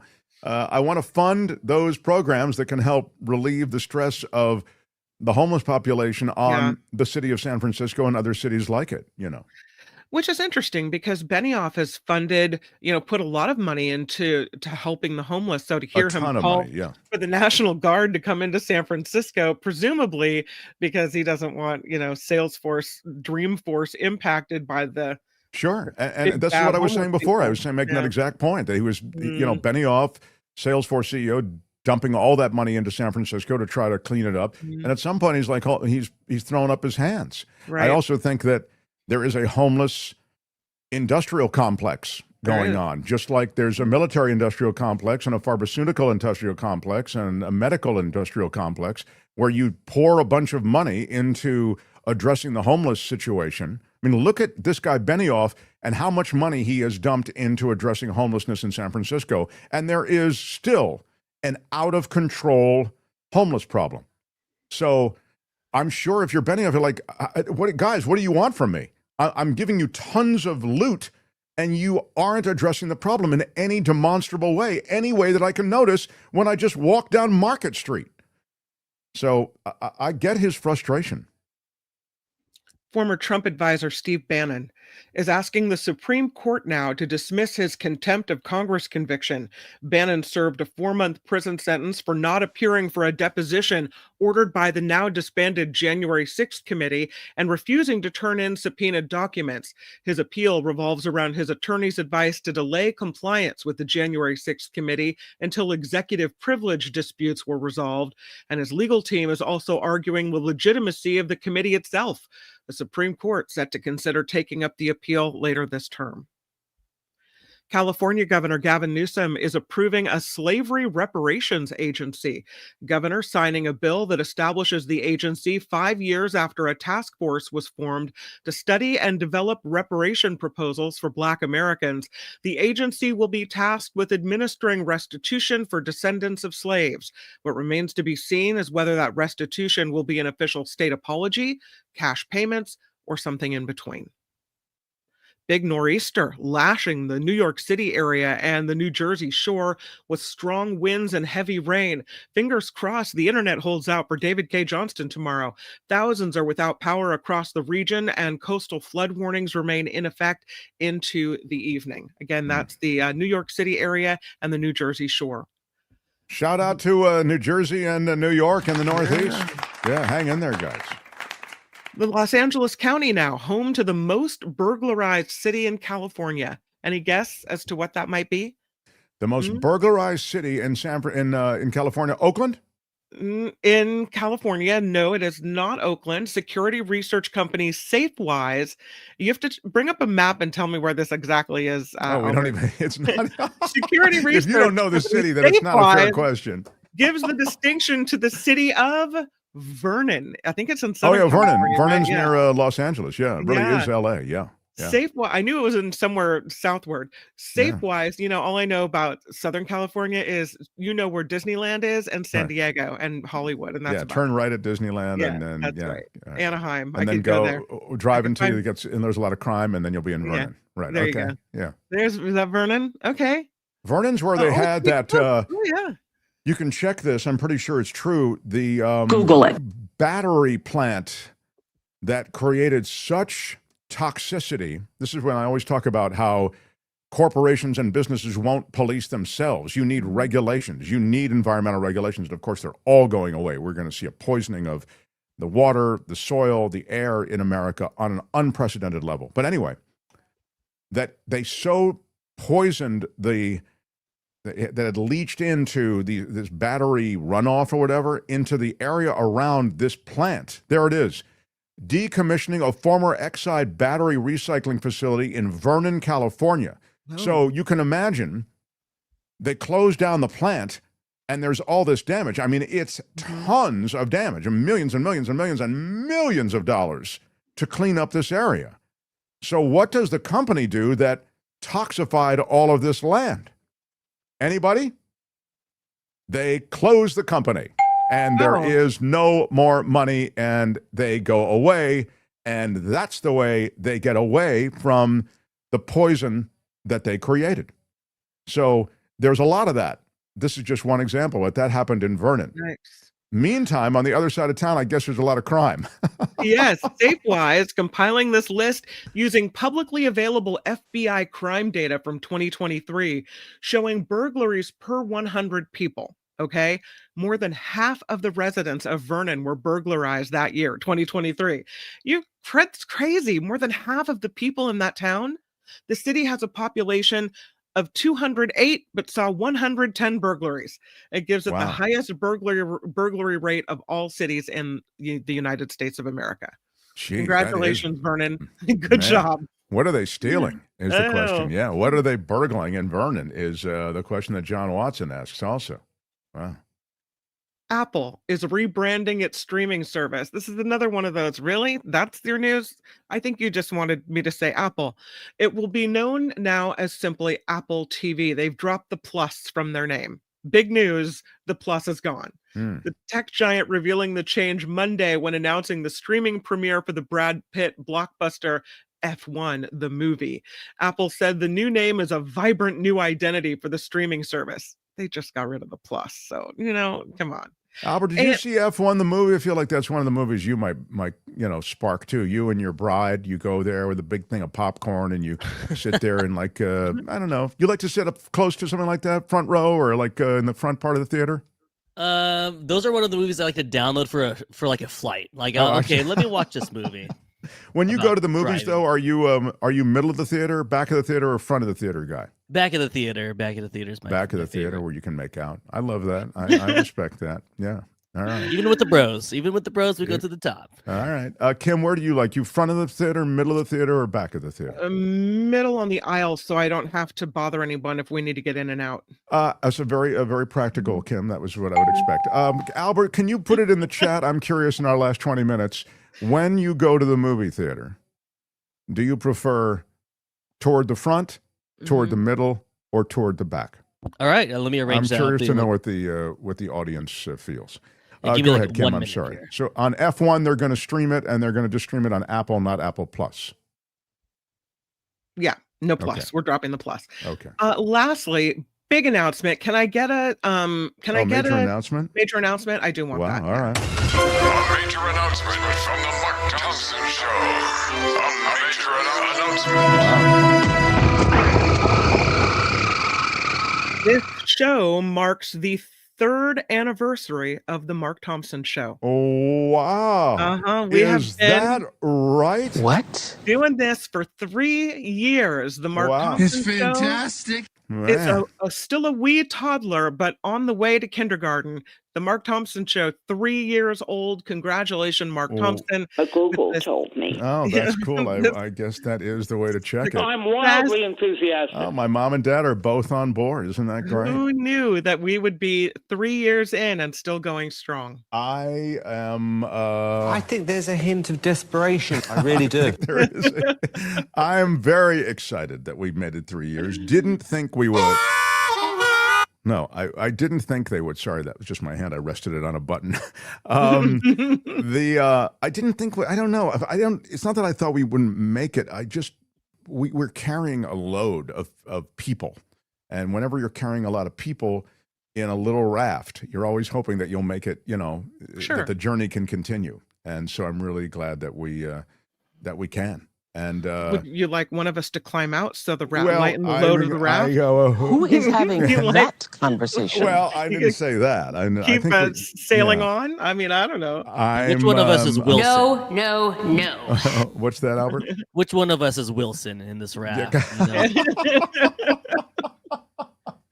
I have an update for the vote. It's overwhelming. It's like close to 70% middle for the preferred movie theater city. Yeah, people like the middle, right? I like back middle. Let's try a new poll. Okay. If the middle of the movie theater, you have to say movie theater. If the middle of the movie theater was taken, would you prefer the front or the back? Now, you're gonna prefer the front. You can't even look straight. You're gonna look straight up, and you can hardly see the movie. It's so big right in front of your face. You'd have to go back. I think so. Let's try to predict percentages here. I think 70% will say the back. They prefer the back, and that's what you think too, right? Because you think that people would not want to be in the front. No, I won't even go to the movie if it's like if the first 2 rows are all that's left. I'm out.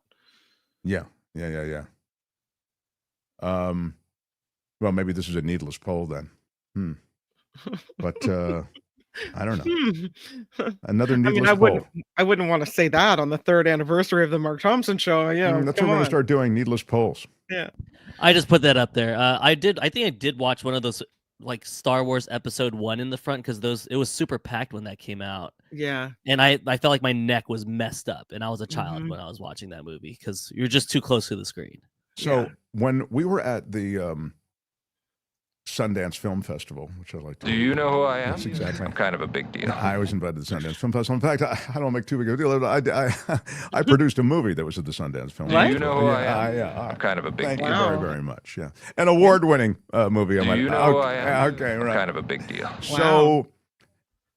One of the things you do, because it's a film festival, is you go to other movies. You get a chance to see other movies that aren't out yet. And one of them was a documentary on rising sea level and how there's already a small island that is being completely engulfed by the rising ocean. And it's a really powerful movie. But there were no seats in the theater. And so Courtney and I ended up sitting at the very front in 2 seats that had been put in like extra seating alongside the other seats. So you're not even in the center or anywhere close to like you're all the way over on the side and you're right at the front. Like you could reach out and touch the screen. It was horrible, But it was so powerful as a movie that even sitting there with, as been noted here, my neck killing me, looking up, trying to figure out a good way to watch it since it was like immense, it blew me away, the movie. It really did. And I wish I could remember what it was called. It's Googleable. It was it's something. Wait, about, you can't remember the name of the movie you produced? Google it. Yeah, I cannot remember. What? I remember the name. I can find it. It's a movie about, a documentary, award-winning documentary on sea level rise and island.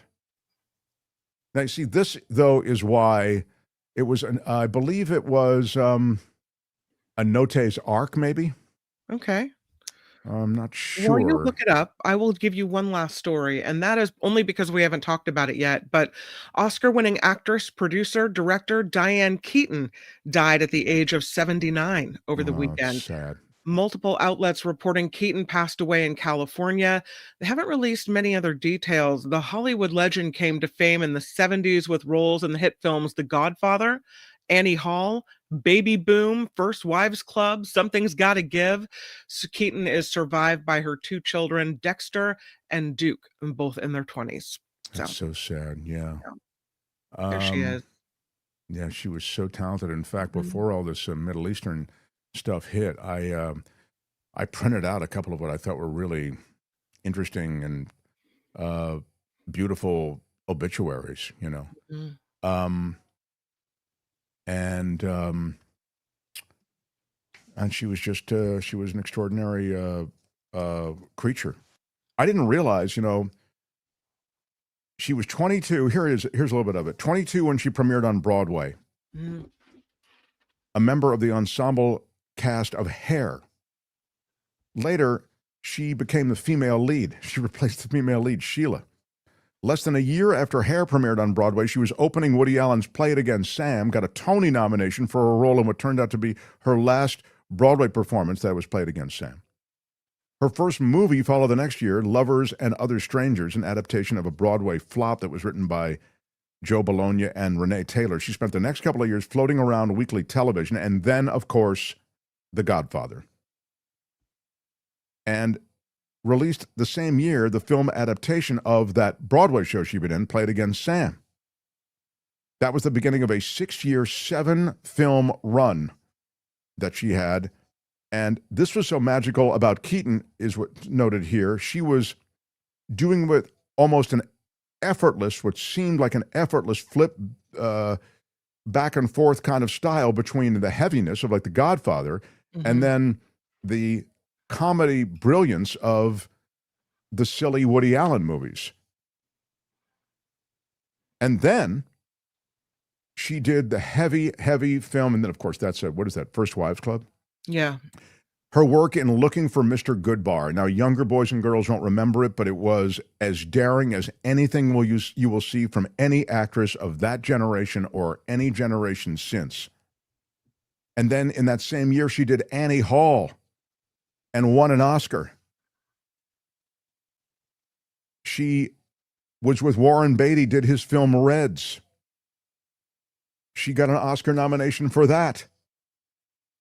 And she went on a run. That is it. I think that's Looking for Mr. Goodbar. Man, I'm telling you, oh, maybe not. It might have been, is that... That looks like Richard Gere. Yeah, it's Richard Gere. And what was that film? I don't think he was in... He might have been.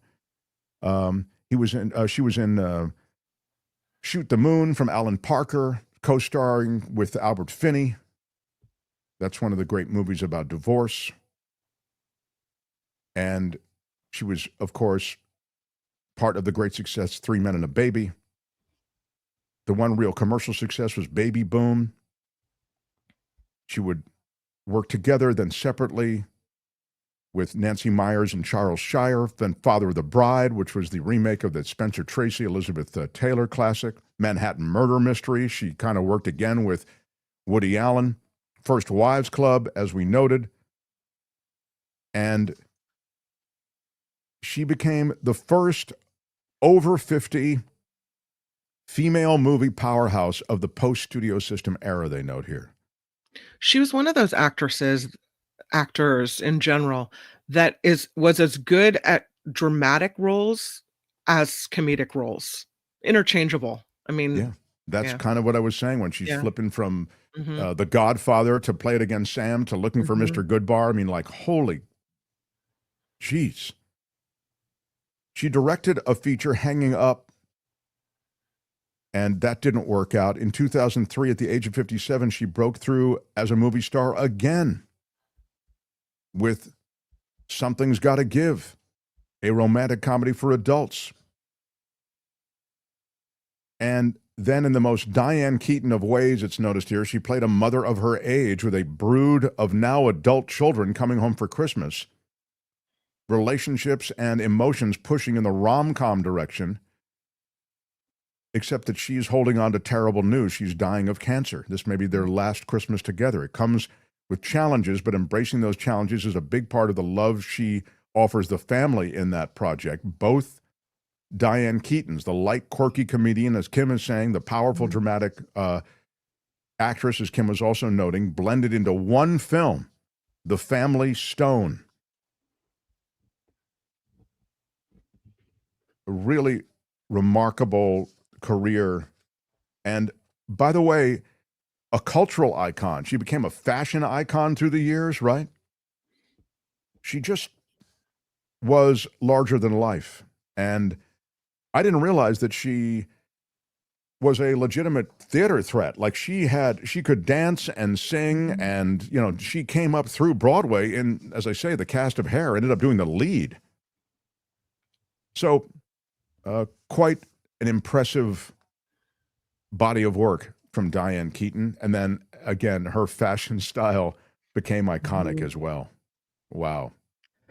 This report is sponsored by CoachellaValleyCoffee.com. The best coffee, the very best tea, the best products. Please check it out, CoachellaValleyCoffee.com. I'm drinking the Clarity Blend right now. You got the Clarity Blend. I have the Moroccan mint. I'm rocking the Moroccan, as you like to say. Rocking the Moroccan. Yep. CoachellaValleyCoffee.com. So Mark T at checkout for 10% off. Right on. I had that last update for the poll. Everybody chose the back if the middle was not available. Those are my people. Those are my people. Yeah. That was definitely an unnecessary poll. I mean, that who's going to pick totally unnecessary Come poll. on. Yeah.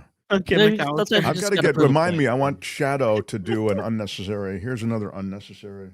Now, I'll go another unnecessary poll. Okay. This is the Mark Thompson Show. Yeah, right on. Feel it in your soul. The Mark Thompson Show.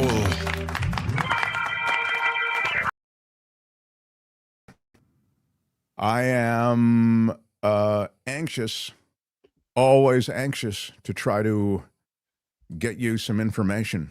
And I do have something I wanted to touch on over the weekend. We have video for you. J.D. Vance, everybody's favorite attack dog for Donald Trump, going on with George Stephanopoulos, who, after a conversation that we did play you about the occupation of American cities and targeting American cities with troops, was asked about the $50,000 in cash that Tom Homan was taking from the FBI in return for special treatment and contracts that would then be granted these, again, supposed contractors. They were actually FBI undercover agents who had been tipped to the fact that Homan was taking a bunch of money to produce contracts for those who wanted to do business with the U.S. government. So here he is being asked about this exchange and what happened to that money. Tom Homan so aggressively is because he's doing the job of enforcing the law. I think it's really preposterous. I know Tom. I think that he's a good man. He gets death threats. He gets attacked. He gets constantly threatened by people because he has the audacity to want to enforce the country's immigration laws. I think that it would be a much more interesting story about why is it that Tom Homan, who is simply enforcing Americans' immigration laws, is getting constantly harassed and threatened to the point of death threats. That's a much more interesting question that I think journalists should focus on. We can agree to disagree on that question. Well, wait, you said he didn't take a bribe, but I'm not sure you answered the question. Are you saying that he did not accept the $50,000? George, this story has been covered ad nauseum. He did not take a bribe. Did he accept $50,000? I'm sure that in the course of Tom Homan's life, he has been paid more than $50,000 for services. The question is, did he do something illegal? And there's absolutely no evidence that Tom Homan has ever taken a bribe or done anything illegal, which is why he's working in the administration. I'm asking you, did he accept the $50,000 that was caught on the surveillance tape? Did he accept that $50,000 or not? George, I don't know what you're talking about. Did he accept $50,000 for what? He was recorded on an audio tape in September 2024, an FBI surveillance tape, accepting $50,000 in cash. Did he keep that money? Accepting $50,000 for doing what, George? I'm not even sure I understand the question. Is it illegal to take a payment for doing services? The FBI has not prosecuted him. I've never seen any evidence that he's engaged in criminal wrongdoing. Nobody has accused Tom of violating a crime, even the far left media like yourself. So I'm actually not sure what the precise question is. Did he accept $50,000? Honestly, George, I don't know the answer to that question. What I do know is that he didn't violate a crime. So you don't, what was caught on the tape, you're saying right now you don't know whether or not he kept that money? I don't know what tape you're referring to, George. I saw media reports that Tom Homan accepted a bribe. There's no evidence of that. And here's, George, why fewer and fewer people watch your program and why you're losing credibility. Because you're talking for now 5 minutes with the Vice President of the United States about this story regarding Tom Homan, a story that I've read about, but I don't even know the video that you're talking about. Meanwhile, low-income women can't get food because the Democrats and Chuck Schumer have shut down the government. Right now, we're trying to figure out how to pay our troops because Chuck Schumer has shut down the government. You are focused on a bogus story. You're insinuating criminal wrongdoing against a guy who has done nothing wrong instead of focusing on the fact that our country is struggling because our government's shut down. Let's talk about the real issues, George. I think the American people would benefit much more from that than from you going down some weird left-wing rabbit hole where the facts clearly show that Tom Homan didn't engage in any criminal wrongdoing. It's not a weird left-wing rabbit hole. I didn't insinuate anything. I asked you whether Tom Homan accepted $50,000, as was heard on an audio tape recorded by the FBI in September 2024, and you did not answer the question. Thank you for your time this morning. So there you have it. I mean, I thought Stephanopoulos did a nice job to stay with it, you know. Yeah, absolutely. And Vance is slippery, and, you know, he's the next generation of those in charge. As you're aware, we talk about J.D. Vance, you have to connect him to Peter Thiel. Peter Thiel is the reason that we're talking about J.D. Vance. Peter Thiel supercharged J.D. Vance's life, hired J.D. Vance for 3 of his companies, moved him around because they couldn't really find a good fit for him. You can Google everything I tell you. And he then installed, essentially, J.D. Vance as a senator. He dropped $7 million into J.D. Vance's run for the Senate. Of course, that just, you know, blew away anything else that anybody else was raising, any other candidate historically. And so J.D. Vance got the Senate seat and then moved into the vice presidency. But keep track of Peter Thiel, because Peter Thiel runs Palantir. Palantir is getting all the data on Americans across the board, government websites and beyond. So when you see J.D. Vance, he's not just some attack dog for Trump. The aspirations and goals of the J.D. Vance world are significant, and they're dark, and you should check them out. I also wanted to mention that the Trump administration is now quietly issuing a warning. This is from Fortune magazine about the president's immigration crackdown. They admit that this crackdown risks food shortages. This is what I was talking about before, and that American workers will not step up to fill the labor needs left by the deportation and running out of the country of those immigrants who were picking the crops, working in the agriculture sector. The acknowledgement was buried in an October 2nd filing in the Federal Register to explain a new rule that would lower wages under the H-2A visa program, which allows U.S. companies to bring in foreign nationals for temporary agriculture jobs. The Labor Department said, quote, the current and imminent labor shortage exacerbated by the near total cessation of the inflow of illegal aliens, increased enforcement of existing immigration law, and global competitiveness pressures presents a sufficient risk of supply shock-induced food shortages to justify immediate implementation of this rule. Again, that's the H-2A visa program, this new rule that they want. That would, again, that would lower the bar. But this is a big story, and that's why I was saying the American economy turned on its side by these policies. So when you add that to tariff policy, these are potentially really grim times for the American economy. As you know, in an impulsive way, Donald Trump angrily proclaimed a 100% tariff on Chinese goods that will begin on November 1st. The markets reacted by falling off a cliff on Friday. Subsequently, Trump modified it by saying, we'll work it all out with China. We all want to get to a good place. And of course, there was to have been a meeting with Xi in a couple of weeks, and that meeting was in question. Now, Trump's sort of suggesting we'll still have the meeting. So the markets are chilling out a bit. But take a listen to at least one economic analyst who talked about the 100% tariff that Trump wants on Chinese goods. But the question now is, will Trump and Xi meet on the margins of the APEC meeting? And if they do, what can they achieve at this point? In terms, though, of where this all heads, this idea that the president says first he's going to put these big tariffs on, then says it's all going to be fine.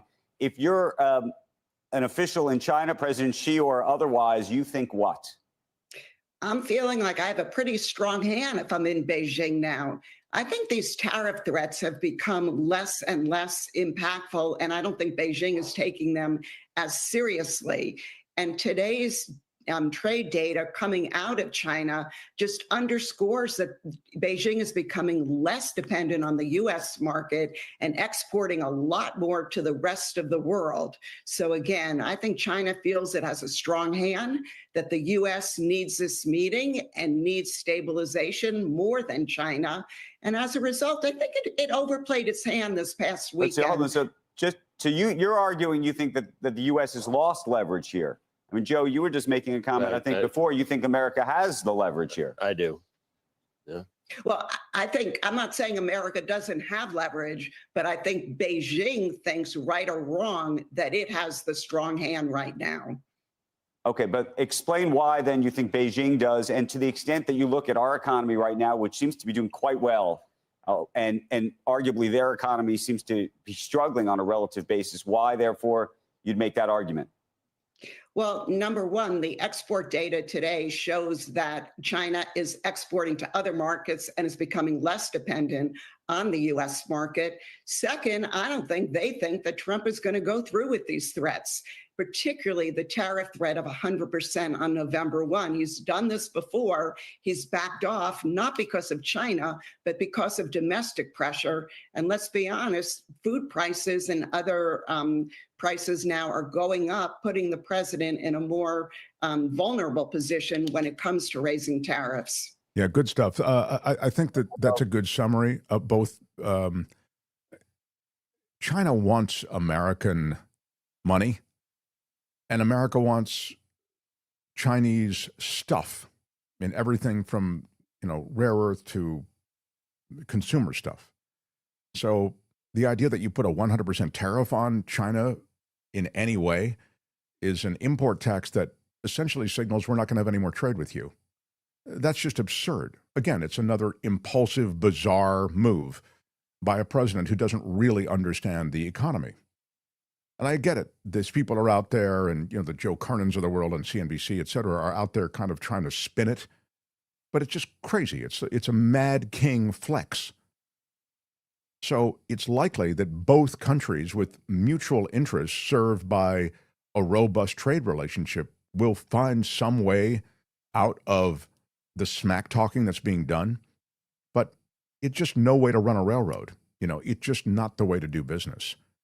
Trump officials are saying they're going to consider selling student loan debt to private investors. Experts say that the move could eliminate the federal government's power to cancel educational loans. Senior officials at the Education and Treasury Departments have been engaged in internal conversations about offloading select high-performing segments of the government's student debt holdings. These loans are part of a larger portfolio owned by roughly 45 million borrowers nationwide. The amount of student loan debt in that portfolio. Anybody? Idea? You want to guess how much of the federal government student loan portfolio debt, how much does that pencil out to?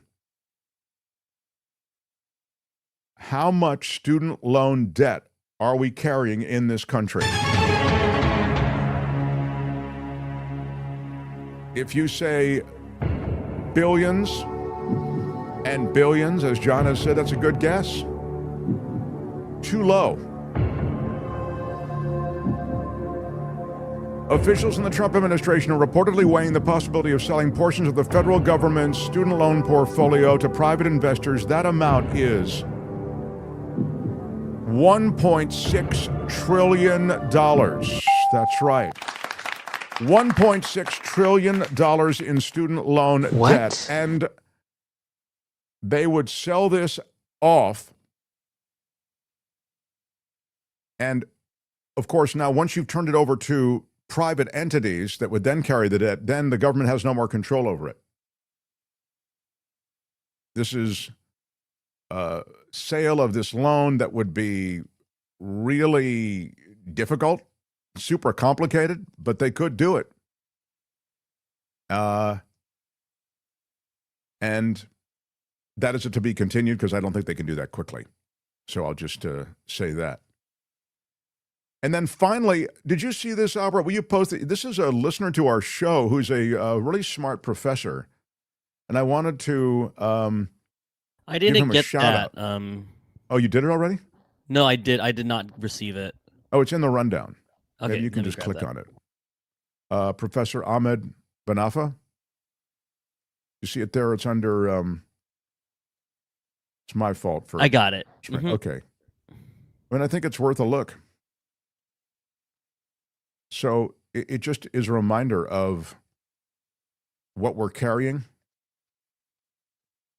A record $192.7 billion, it suggested, has been invested in one thing over the first 9 months of 2025. A record $192.7 billion has been invested in AI startups over the first 9 months of this year. That puts this year on the pace to be the first where over half of all VC investment, venture capital investment, went toward this industry of AI. VC deals have totaled $366.8 billion for the year so far. So again, of all of that, $366.8 billion, almost $200 billion of it has gone toward AI.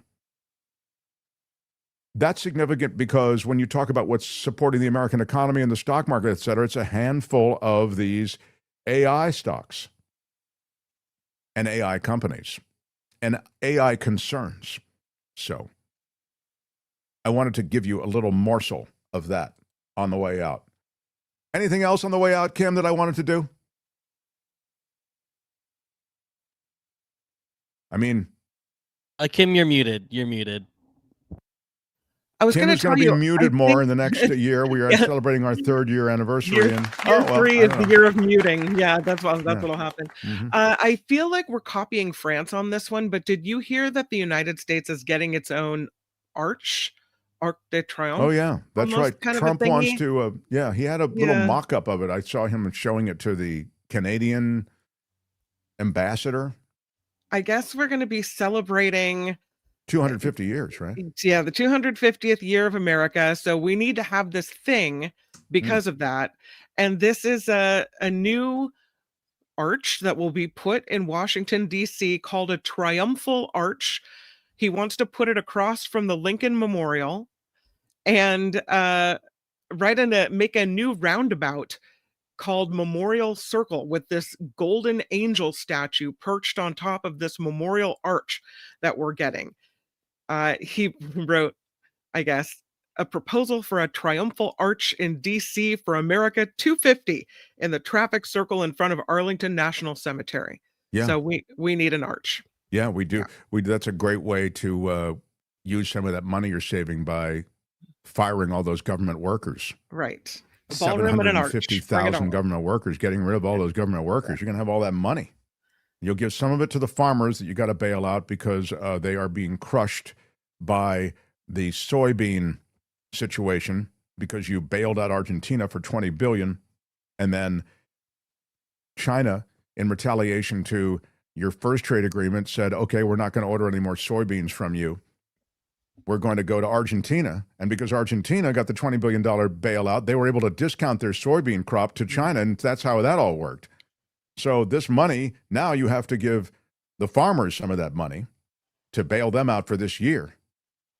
But now you're saving all that other money because all those government workers, you got rid of them with the government shutdown. You can give that money to the contractor that's building the little L'Arc de Triomphe that we're building a version of in Washington. It all works out. I don't It think all it's works gonna, out. I don't think it's going to have an angel, a golden angel on top. I think it's going to have a golden Trump on top, and we're going to call it the Trump Arch, and it's going to be his little, memorial in Washington, D.C. to himself. Well, it's a... There's never been anything like this. And the last thing I'll leave you with is something I want to talk about tomorrow, and that is Dominion Voting has been sold to a company run by an ex-GOP election official. What? Yeah.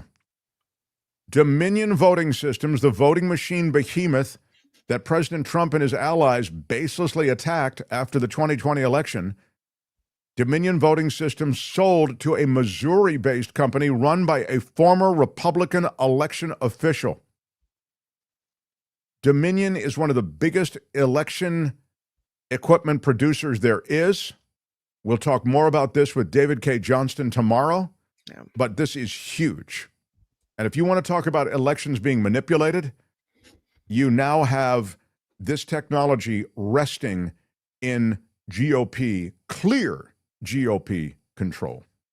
So I want to quickly on the way out say that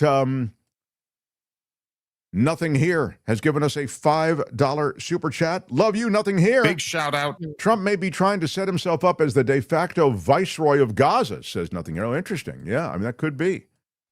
CC Ryder says Trump is following the Orban mode. And yeah, the Orban model, I couldn't agree more. I mean, if you look at the takeover of academia, of the legal profession, of the media, that is an Orban move. It's almost like it's paint by numbers Orban.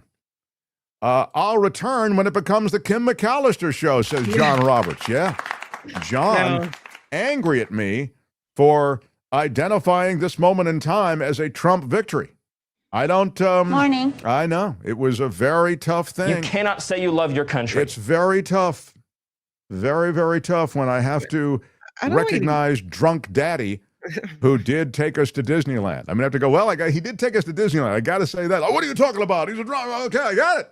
We hate him. He did get this moment. He got the fighting to stop. He got all those parties together. I don't want you to yell at me again, but haven't there been other U.S. presidents who have negotiated significant peace deals in the Middle East? Obama, Kim, Carter, Kim. Yeah, saying. of course. That's right. So I put Trump in the in an adjacent category. I absolutely do. Yeah. And you even heard Gary Dietrich say that. Yeah, of course.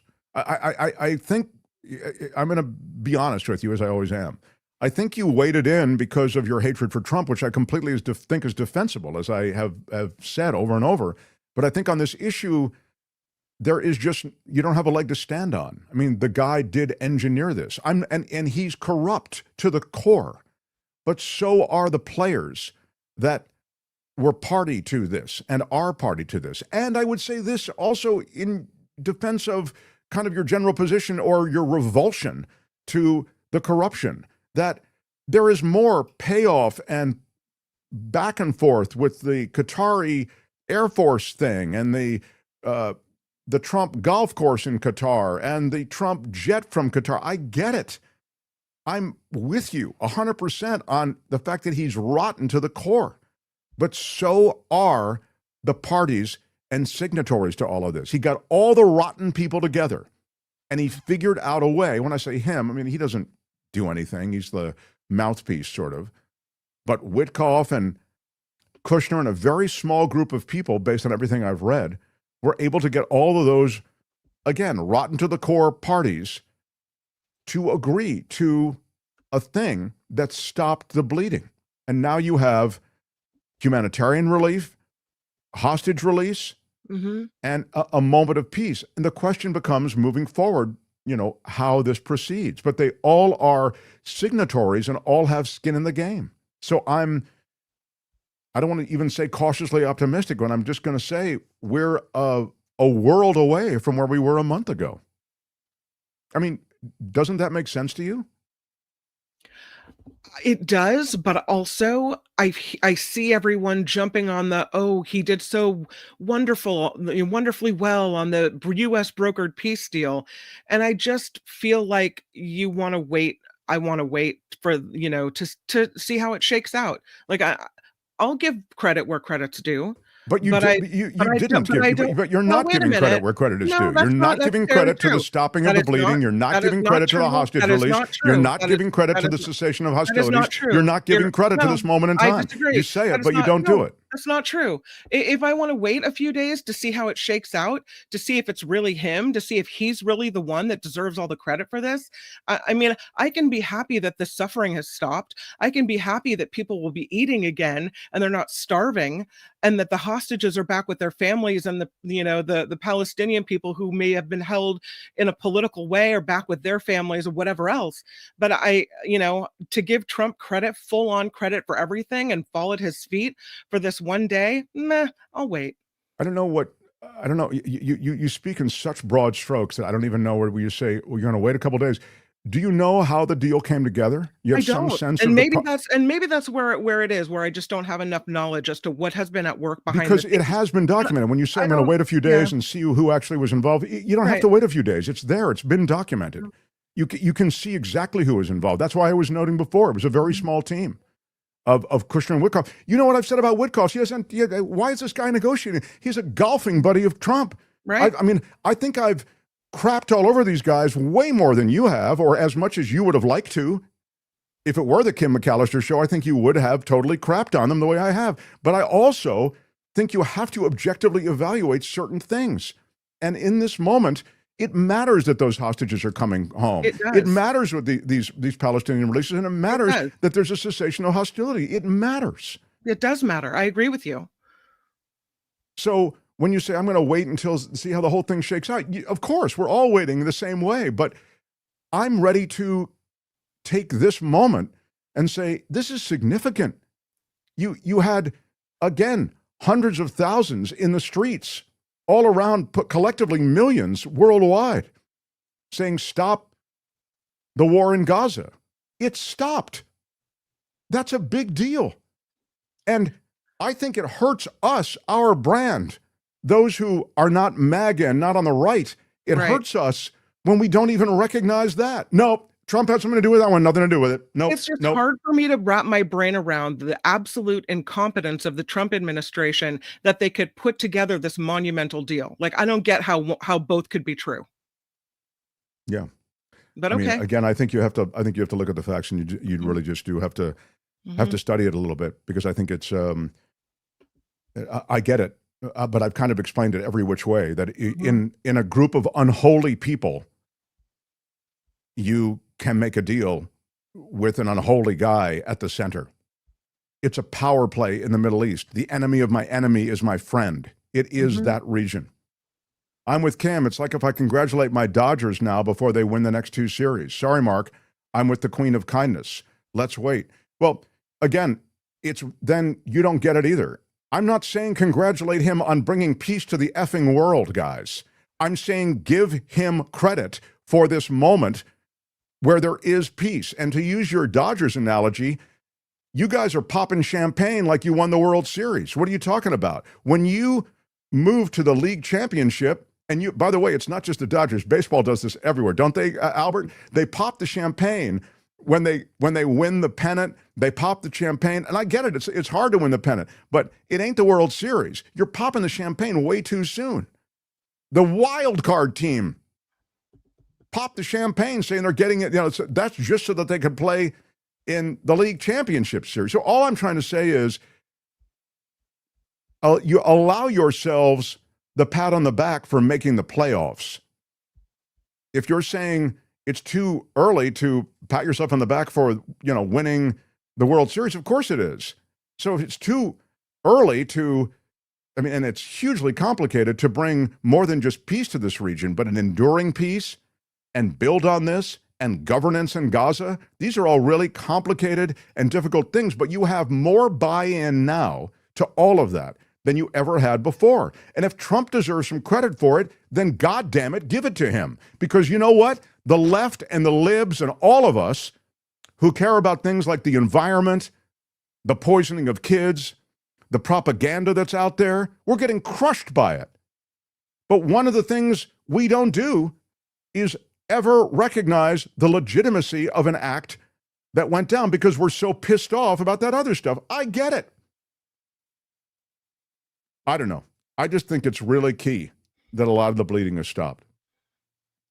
Here's wishing good luck to my beloved Dodgers on getting 8 more wins and going back-to-back. And congrats to our team, Mark Thompson Show, on 3 years of fun and excellence. Thank you, Luis. I'll go with that.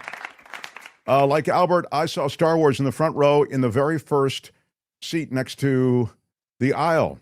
I sat sideways in the chair to avoid a cramp. Scott Rittenberg says, thank you for the $5 super chat. Happy anniversary, Mark Thompson Show. Thank you. Big shout out, Scott. You've been a great supporter and an OG from the very start. Do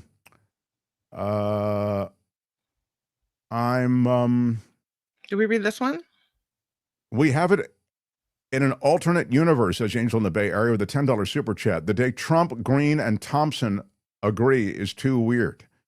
Yeah, Marjorie Taylor Greene you're talking about. Time to find Gilligan's Island. Yeah, it is weird. I share that thought. Columbus was sent by Queen Elizabeth to find gold and silver to support and push the agenda of conquering Jerusalem during the Crusades. Well, there's a lot to, I meant Queen Isabella. Okay, yeah. There's a lot to Columbus's mission, of course, that's true. I mean, I think under the guise of pushing Christianity or whatever. I mean, you can Google this. If you want to go down a Columbus hole, Google, was Columbus Jewish? Go ahead and Google that and get back to me. I'm just saying that there's a lot here. Google it. I think you'll find in this world of Columbus that you may be surprised by. Mark, for 28, Trump will be in jail if he survives. Focus on the files. Yeah, thank you, Eugenio de Arnal, for the $5 super chat. I agree with you on the files. I mean, it's as damning as it gets. Kim, yeah, gets a vote from Noe Marie Clarity, of course. Let Mark be free. Born free, says Richard Delamater. Yeah, thank you. Hamas militarily defeated, but not ideologically. Europe, watch out. Nothing here says. Yeah, I mean, I agree with that. I mean, the goal of global jihad, that's still out there. I mean, so if you want to wait on that, well, I'm going to wait. I'm going to give it a decade to see how we are on the global jihad thing. Well, that's not what this is about. To me, it's about stopping the bombing, stopping the horror in Gaza, the return of hostages, the dismantling of Hamas. That's all stuff that's happening now. And so I'm ready to give credit to those who are associated with stopping the bombing, stopping the death of so many, and the horror that was Gaza. No, Mark, as ex-GOP, I know lying BS and theater when I see it. This is definitely stagecraft. 20-point deal will not happen. Killing will not stop, says CC Ryder. I get it. It may not happen. Of course. I'm telling you right now, the music has stopped and the hostages are being released and there has been a cessation of hostilities. That's something you can point to right now. Doesn't that matter to you guys? I mean, you're out there with signs saying Gaza, stop the killing, stop it. But when it stops, you're not ready to even acknowledge it. It's huge. God, I think it's embarrassing the way the reaction here is. It's embarrassing. You say you don't want any more babies killed, but you'd rather have the babies killed than do any business with Trump. All of the people who are involved in this Middle East deal are corrupt, awful people. I'm not asking you to make them your babysitter, to house sit for you. I'm not asking you to bring them to Thanksgiving dinner. I'm saying for this deal, the corruption actually works for you. If there are no more parking spaces at Levi Stadium or Dodger Stadium, and they tell you there are no more parking spaces, but you know the guy's corrupt, you whip out 100, all of a sudden your car's parked. I'm telling you, that's the Middle East. Randy says, you're right, Mark. It makes the left look stupid to accept what happened today. I understand it. Someone call 988. Is that where they, someone call 988 for Mark? That's where they institutionalize you? Yeah. Why no. Yeah. I get it. I have to. Saudi Arabia pays cash. Yeah, that's it. That's the. I don't know. You guys sort of think you can fight Trump on even this, and somehow they won't still be arresting people and detaining people at the car wash, and that just the two have nothing to do with each other. I mean, I really think. But I get it. I mean, I get it. The hate is real, and I have revulsion and disgust for this administration and regime, but I'm able to recognize this moment in time and the cessation of the death. I'm Shadow Stevens for the Mark Thompson Show. Bye-bye. Stop the killing is all I really wanted. So, Time. Bye-bye. we'll ask David K. Johnson. Bye-bye.